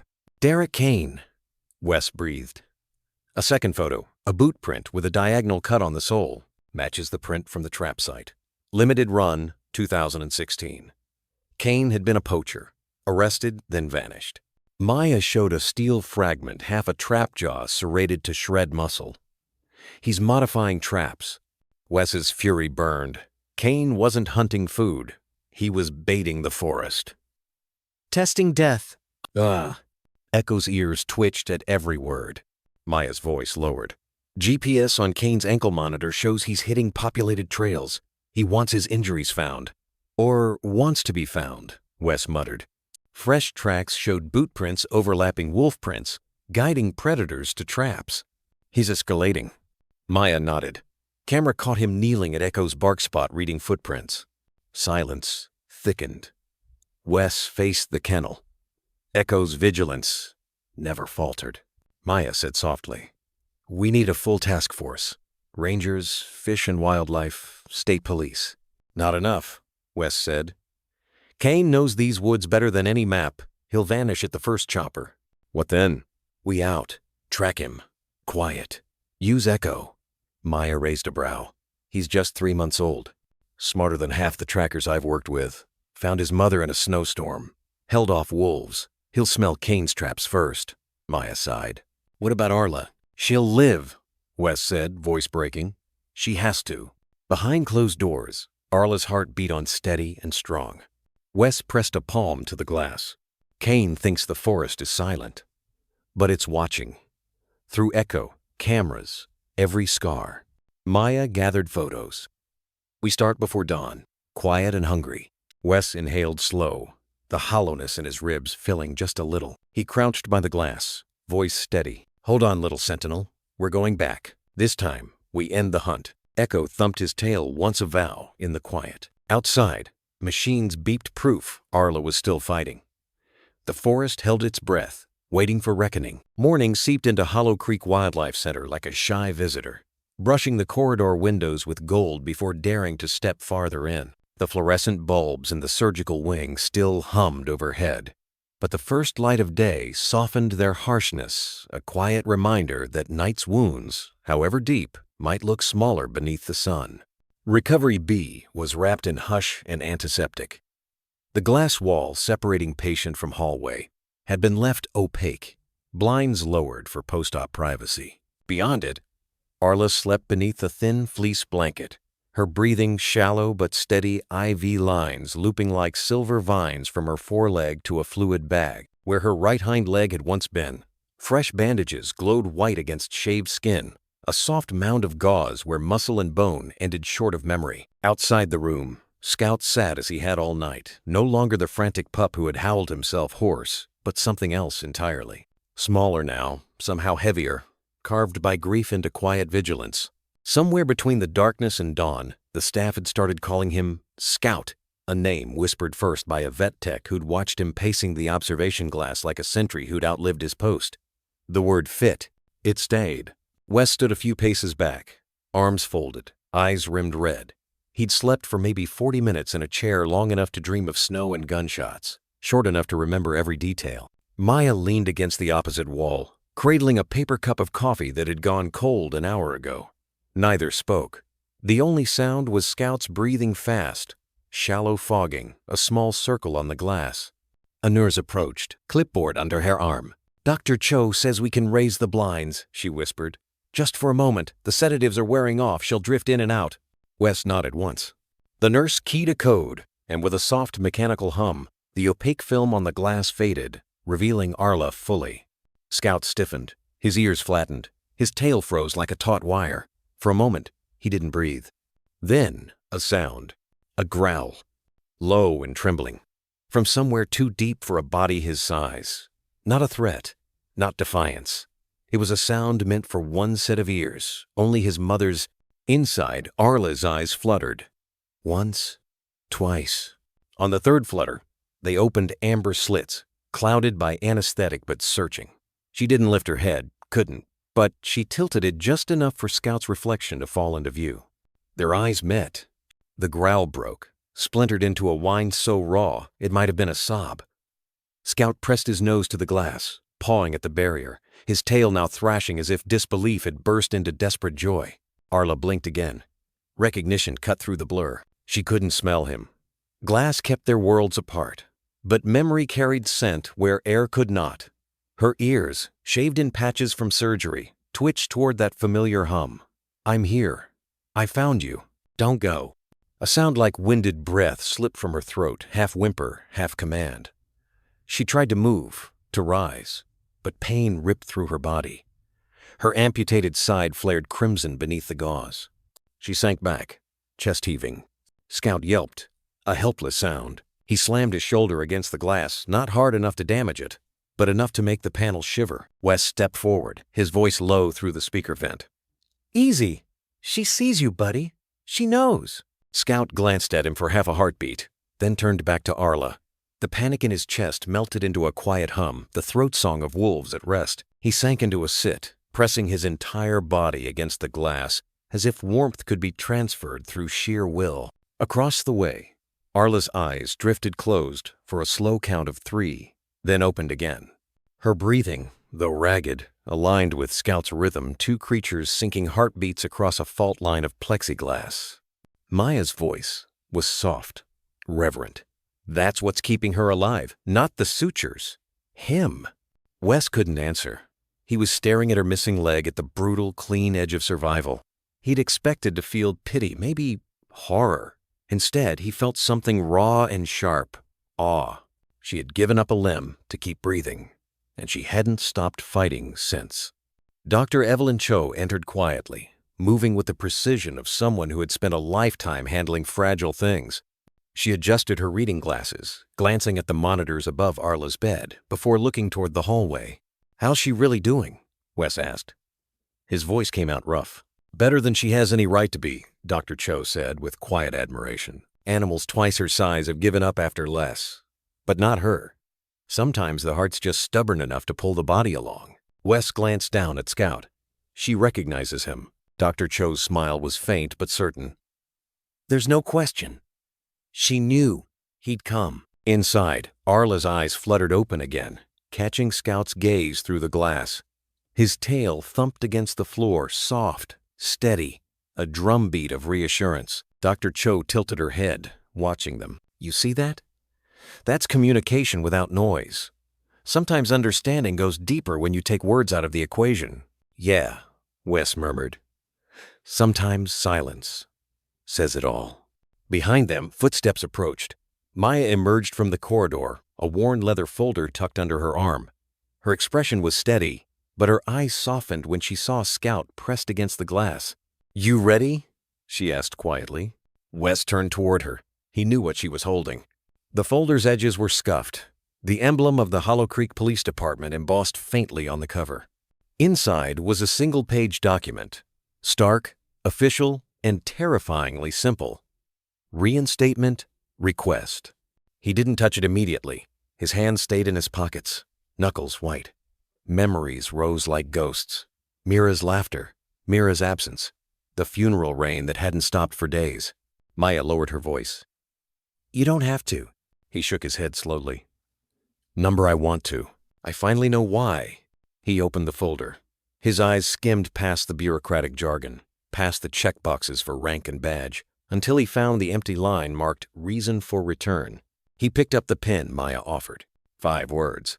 Plain, unpolished, but truer than anything he'd written in years. A puppy saved my life. He signed beneath it, each stroke firm, final. That's going to raise eyebrows, Maya said softly. Let them wonder, Wes replied. It's the truth, and I'm done hiding it. Ember free. Dr. Cho stepped forward, watching through the glass as Arla shifted in her sleep. It'll be a long road for her, she said, but with Scout, she's got everything she needs. Wes nodded. His eyes never left the pup. He's what I needed, too. Maya placed a hand on his shoulder. Kane might have taken too much already, but he's not taking this. Wes's jaw tightened. Number, we'll stop him. Scout, as if hearing the promise, lifted his head and placed a paw against the glass, directly opposite Wes's hand. For a moment, the barrier didn't matter. Man and dog were aligned, breathing the same quiet vow. You've done your part, Wes murmured to the pup. Now it's my turn. Scout's eyes held steady, deep with understanding far beyond his age. Behind him, Arla's tail thumped softly against the mattress. Slow, deliberate, alive. Hours later, the corridors had quieted. The day shift was gone, replaced by the hush of night nurses. Wes stood by the window, coffee cooling between his hands. He stared through the half-drawn blinds where Arla and Scout lay curled together, mother and son, warrior and witness. Maya stepped beside him, brushing pine needles from her coat. For a long while, they watched the snow start to fall beyond the floodlights. You know, Maya said softly, he's going to be one hell of a K9. Wes's lips curved into the smallest of smiles. He already is. And for the first time in years, Wes Rourke felt the weight on his chest shift, not gone, but lighter, like someone had finally whispered, begin again, and meant it. April came quietly to the pines, without fanfare. No great thaw, no dramatic bloom. Just the slow retreat of snow from the forest floor, the soft drip of water from branches, and the return of birdsong, hesitant at first, then bold, like a memory learning to speak again. The cabin sat nestled in the clearing like it had always been there. Moss climbed the lower stones. Smoke curled from the chimney in a steady, unhurried plume. Inside, life unfolded at its own pace. Arla limped along the wooden deck, her stride deliberate, measured a rhythm carved through pain, then persistence. Her front right leg was gone now, the stump wrapped in clean bandaging for the last time yesterday. No prosthetic, no fuss, just her, as she was whole in spirit if not in form. Echo padded beside her, a shadow no longer small. His legs had lengthened, paws caught up with his body, and the downy softness of his pup coat had given way to the coarse sheen of a young shepherd in his prime. His ears stood alert at every sound, wind through leaves, the call of a hawk, but his eyes rarely strayed from Arla. She paused halfway across the deck, tail twitching once. Echo waited. With a breath, she launched herself 3 legs, one heart down the 2 wide steps and into the grass. She didn't stumble. From the window, Wes watched, coffee in hand, still in his gray flannel shirt from the morning. His face, usually carved with shadows, softened now as he looked out into the clearing. There were no sirens in his ears anymore, no guilt gnawing at the back of his throat every time he blinked. Just the creak of the old wood floor behind him, the sound of dogs breathing. On the mantel, above the hearth, the adoption certificate was framed in oak. Echo Rowan official now, not just in name but in bond. Beside it, another frame, a photo faded at the edges. Mira, laughing on the hood of their patrol car, hair caught in the wind. Wes's arm around her, frozen mid-grin. Her eyes seemed to still glow, even under glass. He reached up once a day, just once, and tapped his fingers against the glass. Not out of habit, but reverence. Outside, the sun filtered through the trees like syrup, pooling gold onto the clearing. Arla now lay in the grass, head tilted to the breeze, eyes half closed. Echo stood guard beside her, watching a squirrel twitch its tail on a high branch. Later, they'd walk the trail behind the cabin, the one Wes had cleared last fall with an axe and too much time on his hands. The one that now bore 3 sets of prints.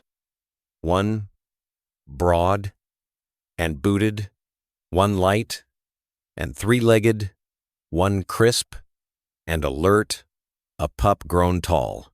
The cabin wasn't just shelter anymore. It was home. Inside, Maya had left a note pinned to the fridge from her last visit. We heal in strange ways. Let the forest have its turn. He read it every morning. That afternoon, Echo barked once, not out of fear, but insistence. Wes grabbed his coat, and the two stepped out together, Arla watching from the porch like an old general approving her successors. The walk took them past the frozen creek, now bubbling with meltwater, past the old pine snag where Wes had once buried a broken GPS unit, past the downed trap still rusting where Arla had nearly died. It hadn't been removed. Wes had chosen to leave it there, not as a warning, but as a reminder. Echo paused beside it now, sniffing once, then moving on. There were no words between them, and none were needed. When they returned that evening, the cabin glowed amber from within. Wes tossed wood into the hearth. The dogs curled into their usual spots, Echo at the door, Arla against the rug near the fire, head resting where the floor dipped from years of use. Outside, a fox cried once in the dark. Inside, Echo stirred but didn't rise. He knew this place, this warmth, this silence. Later, Wes sat cross-legged near Arla, reached out, ran his fingers through her coarse fur, stopping just above the shoulder where her leg had once been. "Still a damn warrior," he whispered. Her tail thumped once, softly, and when the fire cracked, sending sparks into the stone and shadows up the log walls, Wes leaned back against the chair and closed his eyes, not in sleep, but in something better, rest. The wind shifted just after midnight. It wasn't the cold that woke Wes, not anymore. It was the sound that didn't belong, the kind that creeps in between heartbeats, that slips through a crack in the night like breath beneath a locked door. A growl, low, primal, echo. Wes sat upright in bed, hand already brushing the nightstand.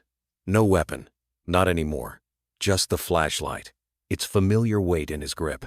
The room was cast in blue from the security monitor above the desk, a live feed from the cabin's perimeter cameras. Echo stood at the front door, stiff as stone. Fur bristled like pine needles caught in wind. He wasn't barking, not yet, but the sound rumbling in his chest could have come from something 10 times his size. It was the kind of warning born in blood memory, not training. Wes padded over, bare feet on the old floorboards. The monitor blinked. Southwest cam, tree line. There a shadow moving just outside the infrared's full arc.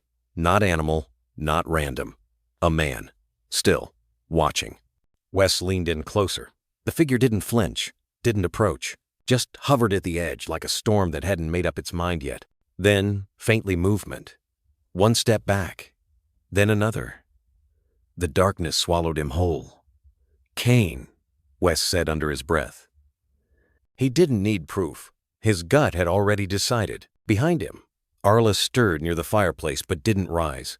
Her eyes tracked him silently, golden in the fire's dim flicker. She didn't growl, she'd seen worse, but her ears stayed up. Echo turned, pacing to Wes, then back to the door. Not frantic, deliberate. Alert. Wes pressed the screen's side button and tapped Maya's contact. No hesitation. She picked up after the first ring. "You saw it too?" she asked, already half-dressed from the sound of it. "Back tree line. Same print pattern as before," Wes said. "Can't prove it, but my gut says Derek Kane. Surveillance capture?" "Too dark. He knows the blind spot. I'll be there in 15. No lights. Park downhill. Bring the thermal scope." A soft click. No goodbye. None needed. Wes turned to the cabinet near the door and pulled out the old tactical bag. Not much remained, just the essentials. Heavy gloves, field boots, an extra set of rechargeable batteries, and a folded perimeter map he hadn't looked at since winter began. Kane wouldn't just be watching. He'd be placing something. Echo followed him silently, tail stiff, every muscle taut. Scout, the old retriever from the neighbor's ranch, still curled on the front mat, snoring. He was deaf now, half blind, but Echo didn't wake him. Somehow, even at his age, Scout knew when not to stand. Wes paused at the door, crouched beside Echo. "You remember that smell, don't you?" Echo blinked once. "Good. Stay quiet. Watch Mom." He tapped his chest. Echo didn't move from the door, but let out a breath, steady, focused. The kind of breath that lives in trained instincts passed down from mother to son. Wes stepped into the night. The pine air hit like ice, but he didn't flinch. The snow had crusted into a brittle skin, and each step cracked faintly beneath his boots. He circled wide around the cabin, flashlight off, letting the moon guide him. A soft beam slid between the trees, enough to paint outlines of trunks, of branches, of anything that moved that shouldn't. At the ridge above the cabin, headlights blinked once, then went dark. Maya. She moved with the same silent precision that once made Wes believe she'd been born in boots. A nod, and she joined him by the shed, near the buried garden. "Thermal's picking up residual warmth near the southern fence line," she whispered. "Could have been 30 minutes ago. He's not far." They moved in tandem, low, quiet, circling. Wes's breath steamed in the cold. Somewhere to the east, a branch snapped. Not an animal, too deliberate, the rhythm of a foot placed and slipped. Maya dropped to a knee and raised the scope. "Nothing now," she murmured. But he was close. Wes didn't speak. He just stared into the trees, his hands curling unconsciously. Kane wasn't the kind to strike twice for no reason. This was a message, or a warning, or worse, a trap. They swept the perimeter in slow arcs until dawn's first light bled between the branches. No more movement. No prints they could track beyond shallow indentations in the thawing ground. Wes squatted near the spot he'd seen on the monitor. He brushed his glove over the earth. There, a cigarette butt. Fresh, not even frozen. Wes bagged it. "He's circling," he said, "but not attacking." "Yet?" Maya added. Her voice held no fear, only calculation. Back at the cabin, Echo met them at the threshold. Tail low but wagging once. Alert, but calm. Arla had not moved from the hearth, but her eyes tracked them both, old soldier instincts never fading. They entered silently. Scout raised his head, yawned, and went back to sleep. Wes looked at the monitor again, rewound the footage, paused on the figure's edge. It was nothing but shape, a blur of outline. But the feeling it left in his gut wasn't vague. Kane was here, and he wasn't finished. The cabin had grown quiet again. But it wasn't peace. It was that kind of quiet that lingers after a threat has passed. Not because it's gone, but because it's watching, waiting, rewriting its next move. Wes stood by the window, a mug of coffee untouched in his hand. The steam curled up and vanished into the chilled air. Outside, the pines swayed like sentinels, tall and slow, their shadows flickering across the porch like fingers not yet ready to reach. Echo lay by the hearth, eyes open, muscles coiled beneath his growing frame. Arla slept with her back to the flames, her breathing steady now but shallow, each breath a stitched thread pulling her through another day. Scout didn't move from the threshold. He hadn't all night. Age had dulled his hearing and clouded his eyes. But something in his bones, something older than muscle and sharper than sight, kept him anchored to that spot like he'd been carved from the floorboards. Wes crouched beside him, slow and quiet, as if not to disturb whatever language existed between the old dog and the land beyond the door. The rifle rested in Wes's hand, an old Remington bolt action he hadn't touched in years. Not since the badge. Not since Mira. But some ghosts never leave. They just wait for the right kind of silence to return. Wes checked the chamber out of instinct more than need. Clean, loaded, oiled like it had been expecting this. He didn't raise it. Just let it rest across his knees, cradled like a memory. The fire cracked behind him. Then, a whisper.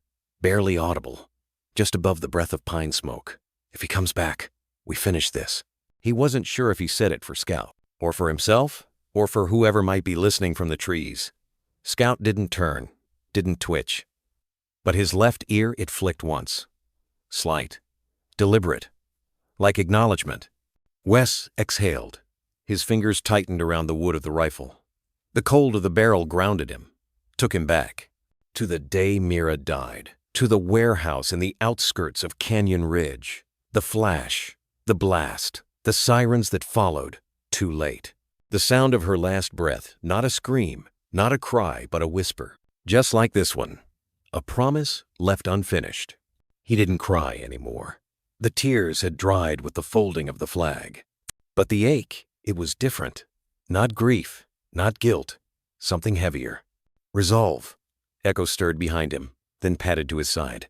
The pup sat close, not touching, just present. His gaze locked not on Wes, but the forest beyond. Ears up, nose twitching faintly. Wes glanced at him. You feel it too, don't you? Echo didn't blink. Scout let out a low breath, and for a moment, Wes felt as if the entire room was waiting for time to move again, for fate to announce itself with a snap of a branch or a crunch of snow. But the night held. Wes leaned his head back against the wall. The wood was cool, solid, familiar, like the floor of the old barracks when he was too tired to make it to bed. Like the crate beside Mira's hospital cot the night before the end. His voice, when it came again, was quieter. Not for Echo, not for Scout. For her. If this ends here, I'm not running. The words floated up and vanished into the rafters. Unanswered, but not unheard. He checked the scope once. Clean, still calibrated, then placed the rifle down beside the door. No panic, no frenzy, just stillness, the kind you learn in war or in grief, the kind you wear like armor when you've lost too much to lose anything else. Wes turned off the porch light. Let the dark reclaim its place. No need to shine for ghosts. He glanced once more at Scout, still unmoving. If I fall asleep, Wes murmured, brushing his hand over the old retriever's neck. Wake me the way you used to. Scout didn't move, but his breathing deepened, slow and even, like a drumbeat counting down the moments left in quiet. Echo curled by the window. Outside, the woods remained still, but Wes knew better. There were stories told in pine needles, in wind, in tracks that only dogs can smell and men like Cain can cover. This wasn't over. It hadn't even begun. The snow had thinned, but the cold had not. By the third week of April, the forest floor was a tapestry of melt and memory patches of ice, retreating beneath pine needles and the early bloom of frostbitten moss. But for Wes and Maya, the woods hadn't thawed. They had only become more revealing. Bootprints came first, then snapped twigs, then the hush. Each morning, just before sunrise, Wes stepped out onto the porch with a thermos of black coffee and stood still not to listen, but to notice what wasn't there. Silence was a teacher in these parts. If the birds didn't sing, it wasn't because they'd flown south. It was because something else was still here. Scout was the first to sense it. At 5:11 a.m., almost without fail, he'd rise from the floor without sound, pad to the edge of the porch, and stare at a lone spruce tree 30 feet from the tree line. He never barked, never growled, just stood there, nostrils flaring, eyes still. By the 5th morning, Wes started setting alarms to beat him there. By the 6th, he brought the camera. Echo would sit beside them, one ear twitching, one paw tucked beneath him, still young, but already learning the weight of silence from the old dog beside him. Maya came up every third day, driving in from the ranger station with new maps, motion-activated trail cameras, and coordinates marked in red. He's circling, she murmured one evening, brushing snow off the hood of her Jeep and unrolling a fresh topographic map. He knows you saw him. That means he wants to be seen again. Wes studied the terrain, jaw tight. He's watching us test our own patience. Good. Let him think we're slow. They didn't talk about what happened 3 weeks earlier. Not directly. Not the security footage. Not the figure near the tree line. Not the snap of a branch. Or the glint of a barrel reflecting moonlight. Some truths sat better in the marrow than in the mouth. Instead, they worked. They split the forest into quadrants, grid-mapped it by elevation, and set trail cams with overlapping fields of view. Each camera had a fail-safe sensor. 2 used bait, not meat, but fabric soaked in predator urine. A third had Wes's old badge pinned to the bark of a tree just to see if the ghost would come closer. And still, the woods stayed quiet, too quiet. One Tuesday morning, Maya stood with her hands in her pockets, watching the wind stir the canopy above them. The pines whispered things. She couldn't translate things she wasn't sure she was meant to understand.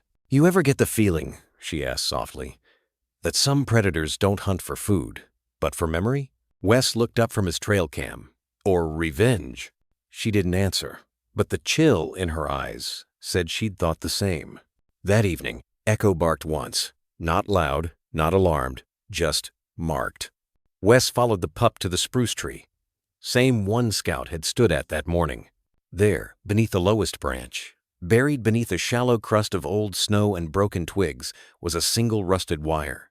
A snare loop. Fresh.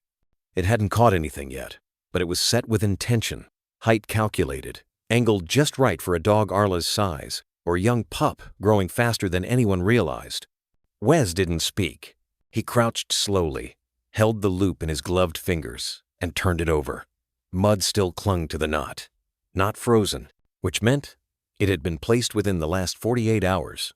Scout sat beside him, breathing steady. Echo pressed close. Maya arrived a minute later, flashlight sweeping. Her voice was low. "We mark it? Number." Wes's voice came quieter than hers, yet firmer. "We let it be." She blinked. "We're not just tracking anymore," he added, rising. "We're drawing him in." She understood. In this part of the country, when you couldn't chase the ghost, you became the bait. They set up 2 more hidden cameras that night.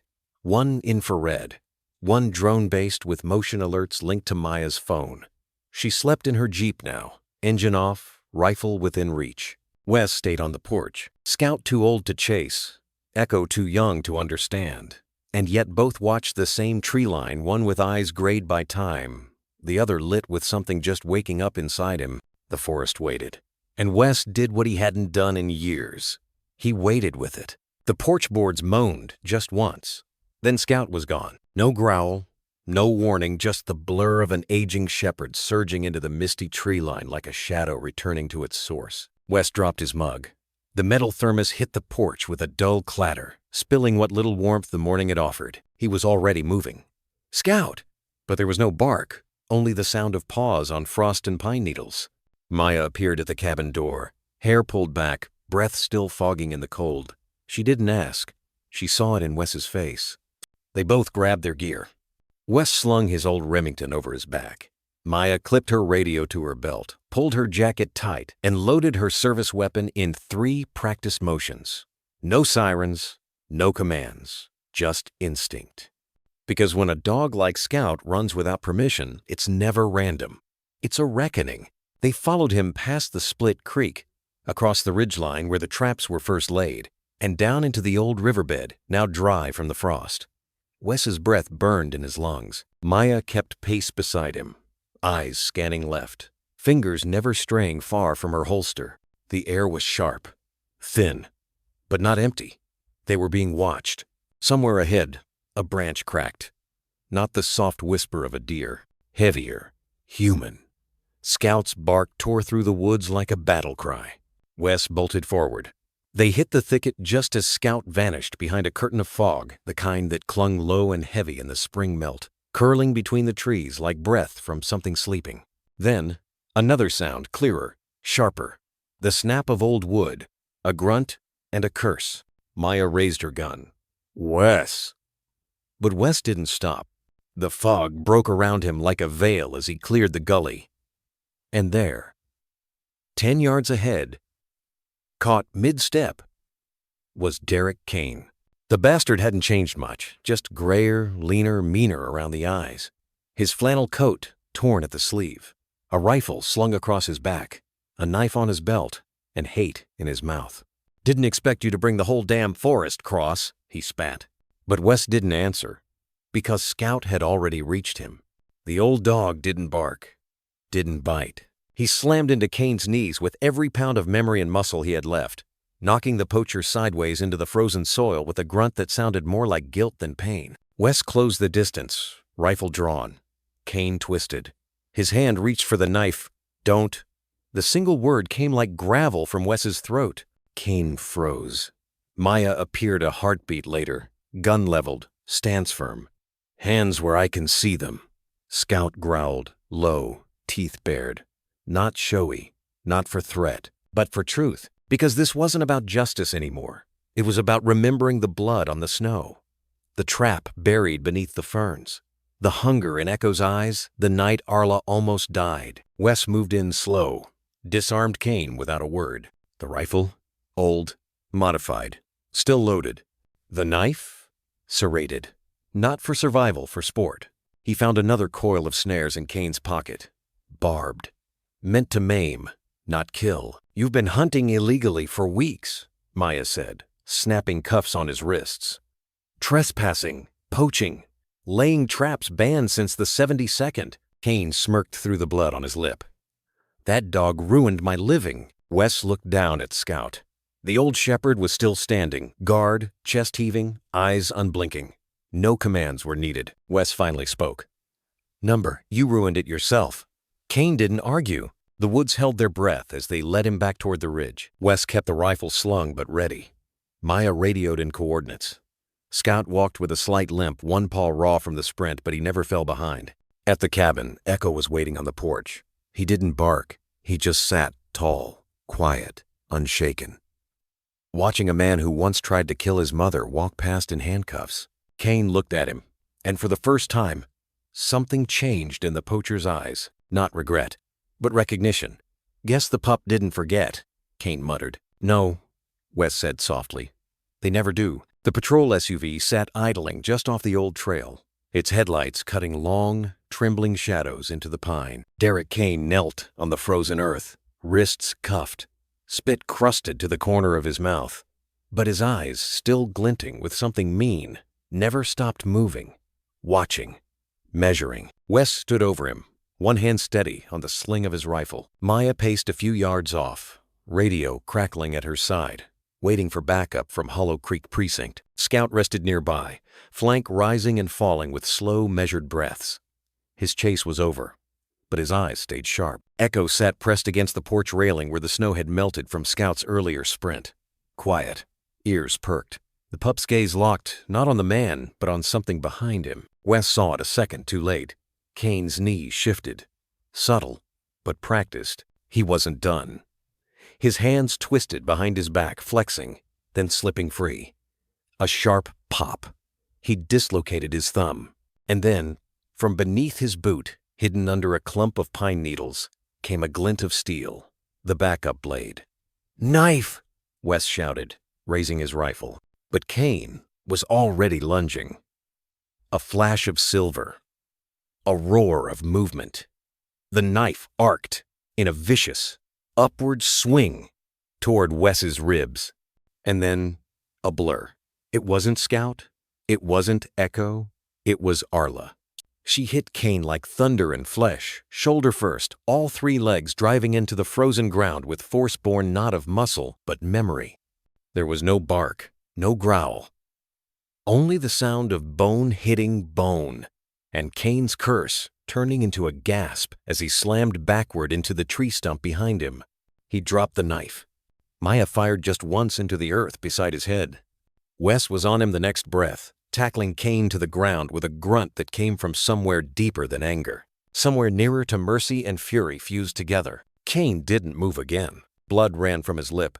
His hands trembled now, not from pain, from disbelief, because what stopped him wasn't a bullet. It was a crippled dog. Arla stood above him, chest heaving, one hind leg trembling under her, the other gone, wrapped in gauze, a crude stump.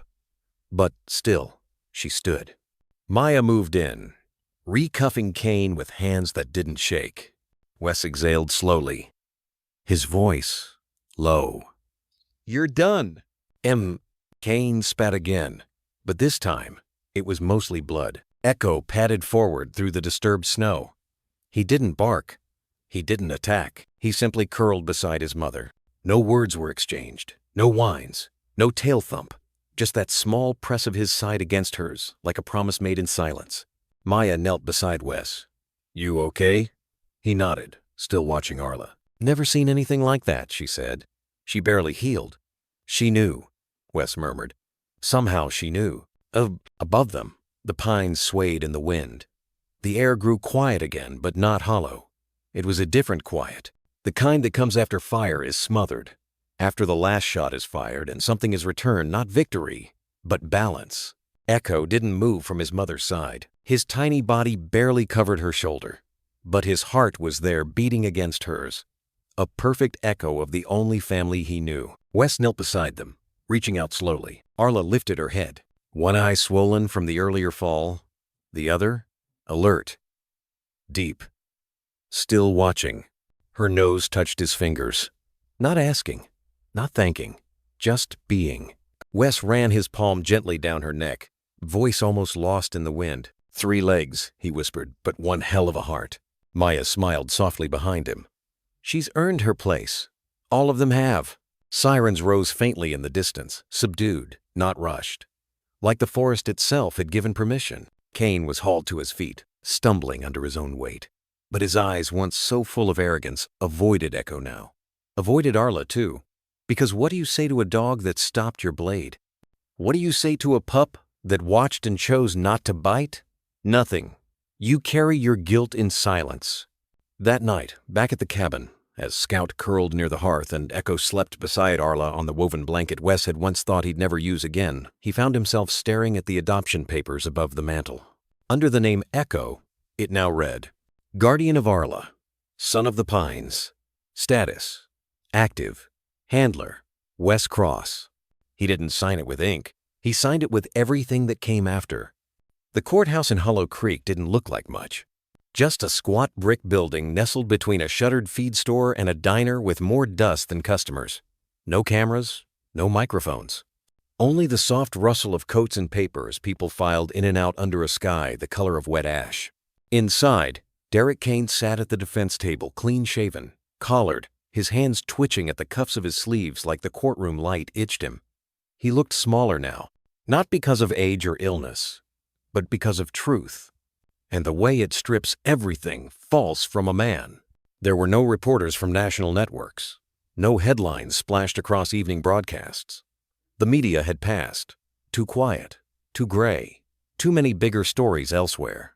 But in the last pew sat a woman with a notepad, worn boots, fingers stained faintly with ink.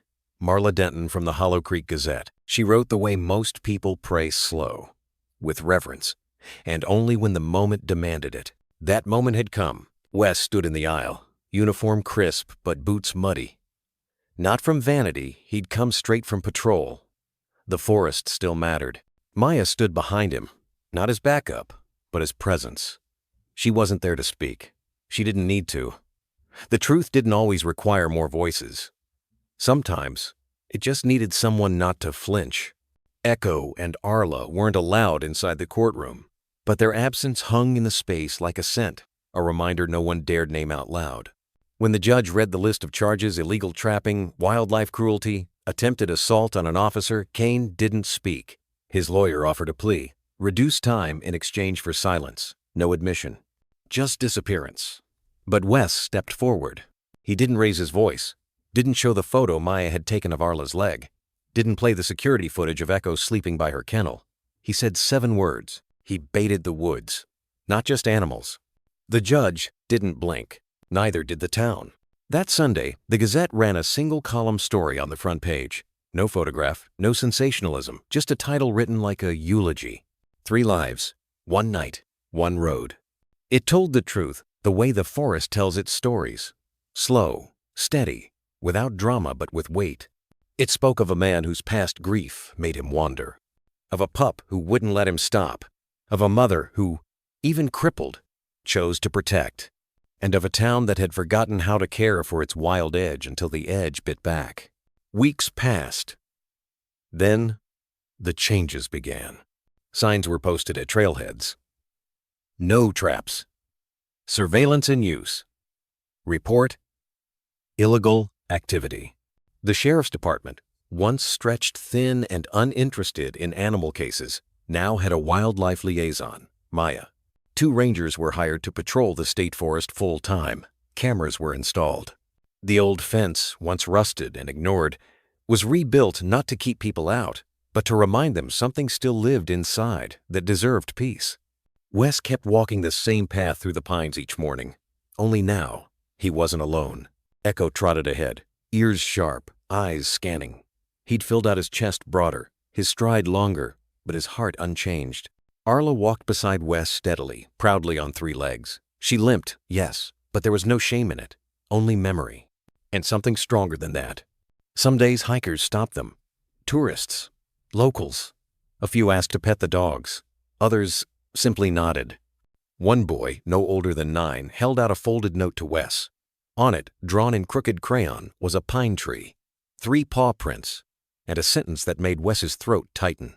"Thank you for not walking away." Back at the cabin, the adoption certificate still hung above the hearth, edges curled with heat and time. But beside it now was something new. A clipping from the Gazette article, laminated, faintly smudged from where Echo's nose had pressed it, again and again. Underlined in red pen was one sentence: "Not every hero wears a badge. Some just don't let go." That night, as snow began to whisper again through the pines, Wes stepped onto the porch. Scout, grown but still lean, lay curled beside the door, tail thumping once in greeting. Wes stared out at the dark where the forest met the clearing, where everything had started, where it had almost ended. His voice was low, meant for no one, or maybe meant for everything. "You did good, kid." Behind him, the door creaked. Echo padded out, curled beside Scout, and Wes sat between them. No more traps. No more running. Just 3 lives. 1 night, 1 road. Still walking forward. The wind that morning was the kind you felt before you saw it, gentle but purposeful, threading through the pine needles and tugging at the corners of jackets, as if reminding everyone to look up. Children gathered near the rope barricade in Hollow Creek Memorial Park, their boots crunching over last night's frost. Some clutched little hand-drawn pictures, most in crayon, some smudged from pockets. Almost all featured a dog. A very particular dog. Near the front stood a man with a clipboard and a silver tie too tight around his neck. He kept checking the time, mumbling to the event staff, adjusting the mic that no one really needed in a town this size. But no one looked at him. Their eyes were drawn to the shape beneath the canvas. 4 feet tall, bronze, covered gently in tan burlap and framed by a ring of wildflowers brought in by volunteers. Yellow asters, white clover, sprigs of pine. Wes stood back from the crowd, hands in his coat pockets, not hiding, just watching. Arla sat beside him, tail draped over her paws, dignified as ever. Echo leaned against her shoulder, now a full-grown shepherd but still impossibly alert, ears twitching at the softest rustle.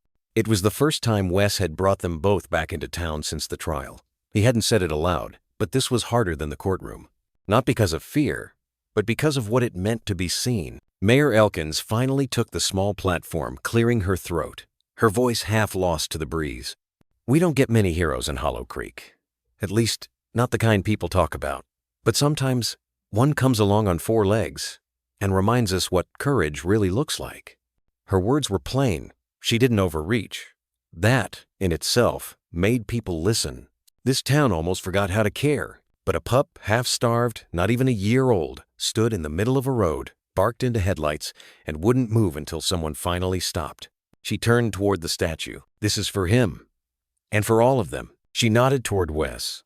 He didn't move, just gave a slow blink, almost like a bow. Then, 2 local school children, twins, no older than 6, were called up. They gripped the canvas together, counted to 3, and pulled.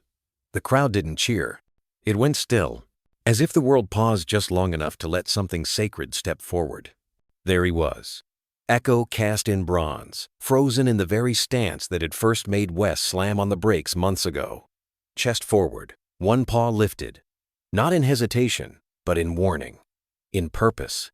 His eyes, sculpted with astonishing care, looked straight ahead, as though daring time itself to forget him. Beneath, etched into the smooth stone base, were the words, "To the little one who dared to stop traffic, to save a life." And below that, smaller, like a whisper, Echo, K9, Unit 4-3, unofficial, unshaken, unforgotten. A woman in the back began to cry softly, not out of sorrow, but something older, grief's cousin, maybe gratitude. The sculptor, a retired ranger named Hal, stood off to the side, no speech, just a hand placed gently on the pedestal like he was giving the pup a pat. Then he walked away without a word. Wes felt something brush his leg. A small hand. It was the little boy with the crayon picture again, the one from the courthouse. He held it up to Wes, this time laminated. On the back, written in childlike scrawl, "Now people will always know he mattered."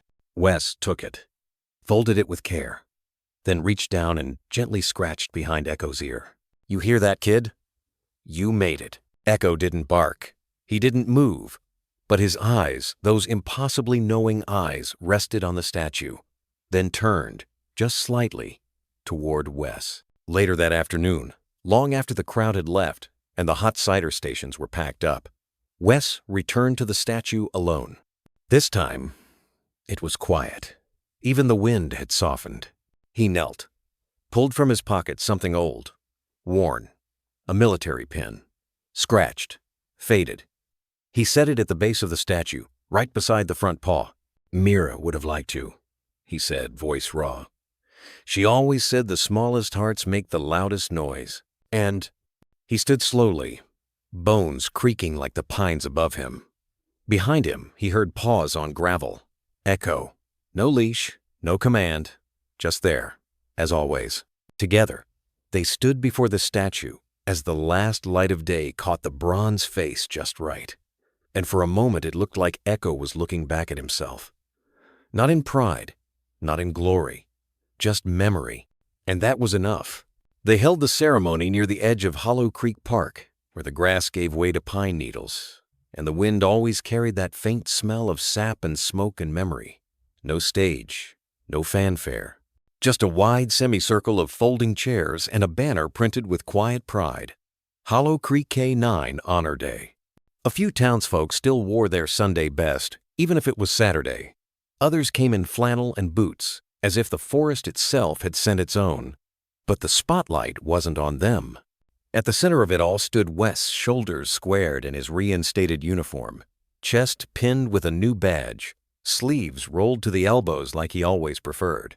Beside him sat Arla, regal, even with her missing limb, wrapped in a green service vest stitched by hand from Maya's grandmother. Echo, now scout, officially rested at her side, his body lean and strong, but eyes still carrying that quiet, ever-watching edge. No one told him to sit. He simply knew this moment belonged to something bigger than applause. Maya stood a few paces off, camera slung from her neck. She wasn't speaking today.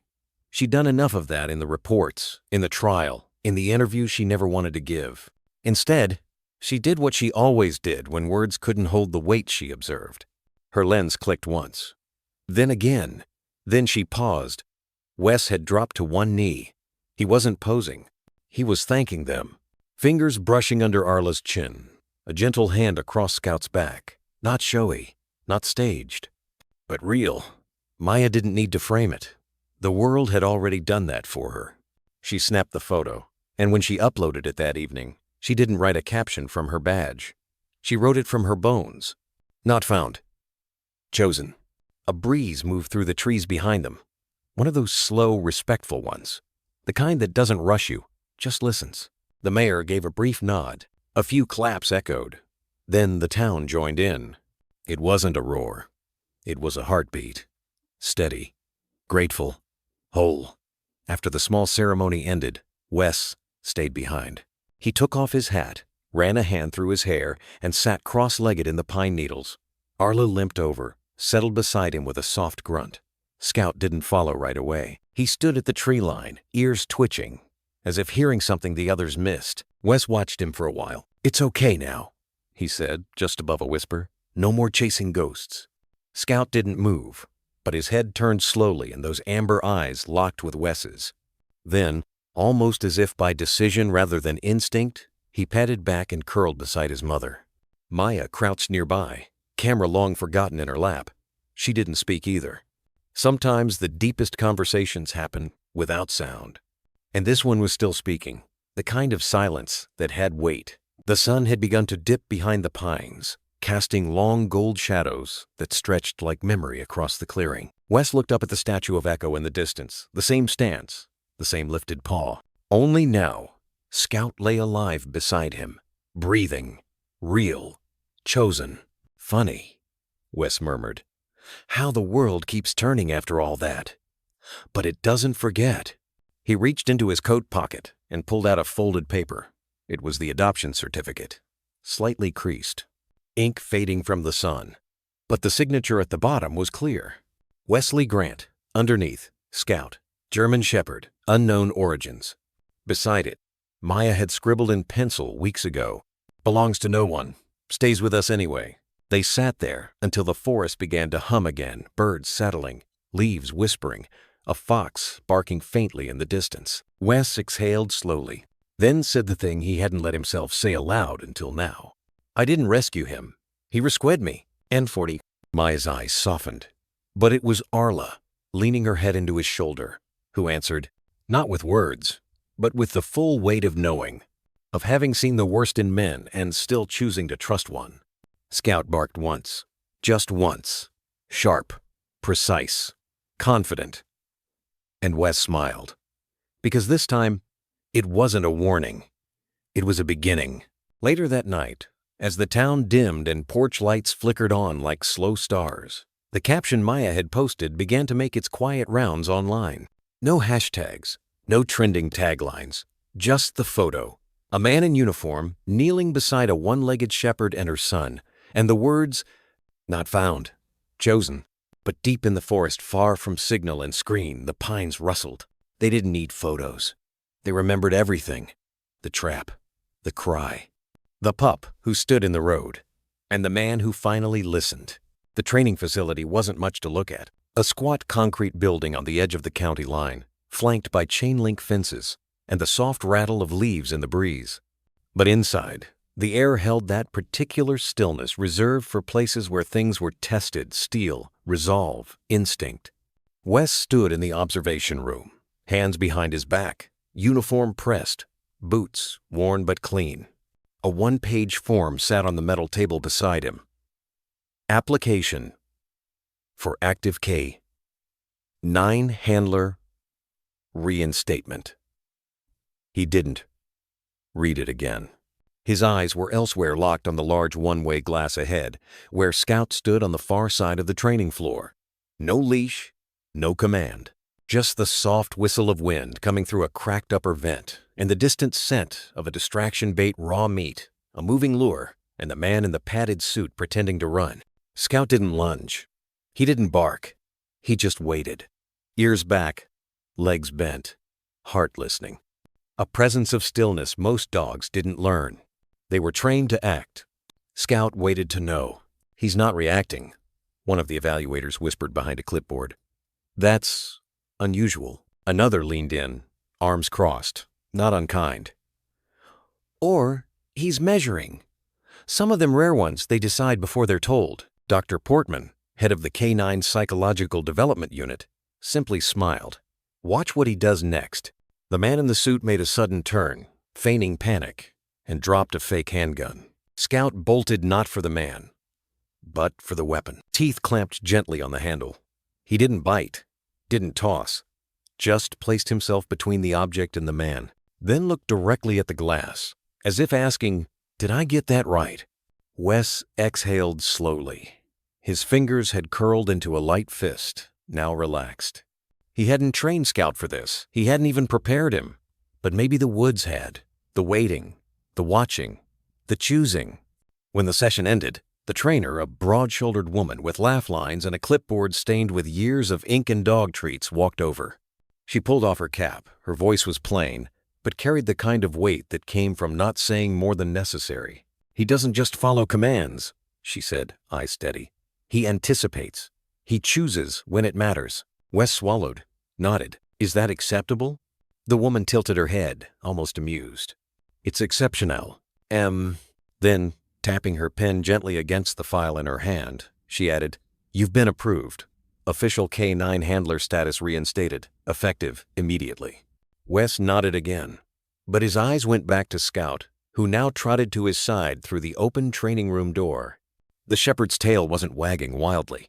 He simply pressed his body against Wes's leg, like a breath, a belonging. Outside, clouds hung low over the autumn horizon, casting shadows that brushed the asphalt like passing ghosts. Scout sat on the passenger seat of the truck, window cracked just enough for him to smell the breeze. Wes didn't turn the key right away. He sat there, elbows on the wheel, eyes tracing the edge of the skyline, where the trees looked like soldiers at attention. You're not a trainee anymore, he said quietly without turning.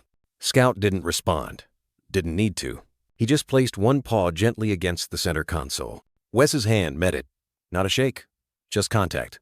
Wait to wait. Living to living. That evening, back at the cabin, Maya stood in the kitchen sipping coffee, a worn flannel wrapped around her shoulders. Arla rested by the fire, her breathing steady, her eyes half closed but alert. Wes placed the certificate on the mantel above the hearth, beside the photo Maya had printed from the ceremony. Handler W. Grant K. Noan Scout Ezrali. Status: active. Assigned territory: Hollow Creek and Ridgeline Preserve. Maya looked up, eyebrow raised. So, they let you back in? Wes smiled faintly. Guess they didn't mind the paperwork signed in pencil. She didn't laugh. Not right away. Instead, she stepped forward and ran her hand along Scout's back as he lay beside Arla. Some handlers get assigned dogs, she said, more to herself than him. Some get lucky, and some, she glanced at Wes. Some get chosen. Enstel. That night, as the fire crackled low and the world settled into its breath before dreaming, Scout sat at the back door, eyes fixed on the pines beyond the glass. Wes came up behind him, coffee in hand, now cold. See something? He asked. Scout didn't turn, just gave a low huff, like an answer made of memory. Somewhere out there, maybe someone still walked in silence. But tonight? Tonight the ones who mattered were home. The pines hadn't changed. They still stood like quiet sentinels on either side of the old service trail, their dark needles catching bits of afternoon light that filtered through like strands of memory. It was warmer now, April edging into May, but in Wes's mind, the snow still covered the ground. Wes walked slowly, his boots soft against the damp earth. Arla followed behind him, her gait steady despite the loss. The custom brace hugged her missing rear leg, designed not just for support, but to honor what was once there. She didn't limp. She adjusted, dignified, proud. Echo padded ahead, nose low, ears flicking. No leash, no commands. He walked the way a memory walks, guided by something deeper than scent or trail. They'd come back to where it began. Not for closure, but to remember it right. The clearing opened just past the bend, that same bend Wes had stumbled around months ago, carrying a dying dog on his back while the snow bit into his collar and Echo had barked like the night itself was breaking. Now, the snow was gone. In its place, wild moss, half-thawed pine cones, and the exposed root of the old fallen tree where he'd built the shelter. Wes stopped beside it. He could still see the shape of canvas, the shelter of branches, the way Echo had curled into Arla's side like a question. Echo halted a few feet ahead. He didn't move. He simply stood, one paw raised just slightly like the statue in the park had captured. Head tilted, ears steady, and then he looked back. Not at Arla, not at the trees, at Wes. Wes stepped forward until he stood beside him. He looked down at the earth, at the small indent where the lean-to had once leaned, at the flattened ferns, now slowly reclaiming their place. He cleared his throat not because of the air, but because his voice always caught when memory came too close. You stood right here, he said softly. Echo's ear twitched. You were barely a breath. No one knew who you belonged to, or why you wouldn't leave her side. M%. He looked toward Arla, who had now settled near the base of the old pine, her one good eye scanning the tree line. Wes crouched beside Echo, pressing a hand to the pup's shoulder. The fur was denser now, grown in thick and clean, no longer the thin, muddied coat of a stray. But Echo hadn't forgotten. You could feel it in his stillness. "You saved her," Wes whispered. "You saved me." The woods held still. Not silent, never truly silent, but in that way old places pause for the ones who return changed. The wind rustled the higher boughs. A jay cried once and disappeared. Echo didn't bark. He simply pressed closer. The way dogs do when they sense something in your voice that doesn't match your face. Wes sat back, hand resting in the damp leaves. He let the quiet come. "There was a time," he said, almost to himself, "when I thought rescue only happened to people, that it came in the form of someone else. Stronger, faster, trained to pull you out." He turned to Echo. "But sometimes rescue comes with paws too small for the snow and a heart that doesn't know how to give up." He pulled something from his jacket pocket, a small metal tag, not an official one. This one had been etched by hand at the Hollow Creek Center, just a simple round disc with one line. "Echo, found where no one was looking." Wes turned it over once in his hand before slipping it onto Echo's collar. The clasp clicked. Echo didn't flinch. They stayed a while longer. Arla dozed in the shade. Wes leaned back against the bark of the same pine that had shielded them from wind that first night. The memory didn't hurt now. It simply was a root that had grown deeper than the cold could ever touch. And Echo? He sat at the edge of the clearing, facing the trail, watching, not for danger, but because that's what some hearts do when they remember why they were born to guard. Before they left, Wes stood once more and looked to where Echo had first made his stand. The snow was gone, but he could still feel it, the weight of that night, the impossible odds, the choice of a pup who could have run but didn't. "Most people walk by the ones who look broken," Wes said, voice low. "But you stayed." Echo stepped closer. Wes smiled, just faintly, and touched his ear. "Maybe some souls don't get assigned. Maybe they just find each other." As they made their way back down the trail, Arla walking slow but proud, Wes matching her pace, Echo trotting between them, the light shifted through the trees like old film reel flickers. The world didn't feel lighter, but it felt earned. And far behind them, back at that clearing where the snow once fell and a mother almost died, the wind stirred the pine needles, not like goodbye, like memory, still standing, still held, still here. The wind shifted just as the last light broke through the pine needles, scattering gold onto the clearing like pieces of a story no one dared write down. Scout lay stretched across a patch of moss near the base of an old tree, his chest rising and falling with the rhythm of a dog who no longer had to fight sleep to feel safe. His ears twitched once, then stilled. A few feet away, Wes sat on a log, thermos cradled in his hands. The metal was scratched from years in his pack, the lid dented from a fall on black ice long ago. The coffee inside had cooled, but he wasn't drinking it for warmth. Some things you hold just to hold. The sun had dipped below the ridge, but the pines held on to the light longer the way old friends do, reluctant to let go. It streamed through in long, angled streaks, catching the motes in the air like dust suspended in a breath. It was quiet, not the kind of quiet that screams with what's missing, but the softer kind where nothing needs to be said because everything is already understood. Arla limped towards Scout, her gait slow but deliberate. She didn't look to Wes. She didn't need to. She reached the younger dog's side and folded her body next to his, pressing her shoulder gently to his. He shifted only enough to make room. Their breaths synced, like a lullaby meant only for the forest to hear. Wes watched them, thumb running absent-mindedly along the edge of the thermos lid. There had been a time, not long ago, when he didn't believe in soft endings, didn't believe in second chances. But tonight, the trees seemed to hum a different truth, that sometimes the fiercest battles ended not with noise, but with the stillness of being allowed to stay. A pine cone dropped from somewhere above, landing in the leaves with a small thump. Neither dog flinched. Wes smiled faintly, the lines around his eyes deepening. They weren't from age, really. Just time.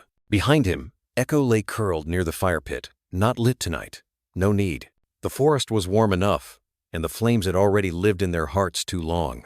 Echo's gaze stayed fixed on the pines, head resting on his paws, ears slightly back, like he was listening not for danger, but for memory. Wes finally spoke, but not to anyone in particular. "It's funny," he murmured. "You chase enough ghosts, and eventually, you start hearing their stories in the wind." Echo's ears perked.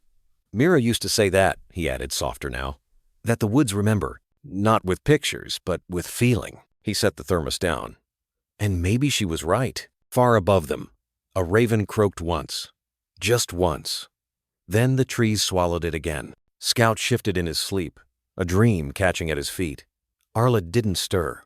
She kept her flank pressed to his, her head tilted just enough to catch the last amber glow dancing through the pine boughs.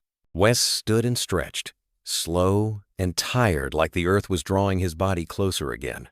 He didn't walk away. He walked closer, lowered himself down beside the dogs. His hand reached out and rested gently atop Echo's head. Echo leaned into it, eyes half closed. "We found each other in the worst of it," Wes whispered. "And somehow, it made all of us whole." He wasn't sure if he meant the dogs, or himself, or maybe even the forest, maybe all of it.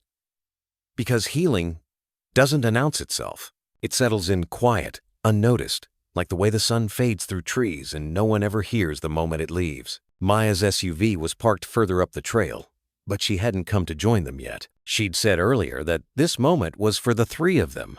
4, if you counted the one who could no longer walk beside them, but still lived in every decision Wes made. And Arla, she had come back from the edge. On 3 legs, yes, but with a gaze that had stopped trembling. And Scout, no longer a pup. Now, a sentinel. Not because someone trained him to be, but because something older than training had taught him how to stay. The wind picked up again. Not sharp, just enough to send a ripple through the leaves. Wes looked up, watched it pass. There was no music, no speech, no celebration, just breath, just belonging. In the hush, something settled. Not closure, not finality, but truth. And like most truths, it didn't need to be spoken to be shared. It moved through them, through the sleeping Scout, through the silent Echo, through the watching Arla, and rested in the hands of a man who once believed he'd be alone forever. The sun vanished fully now, slipping behind the ridgeline, but it didn't feel like something ending.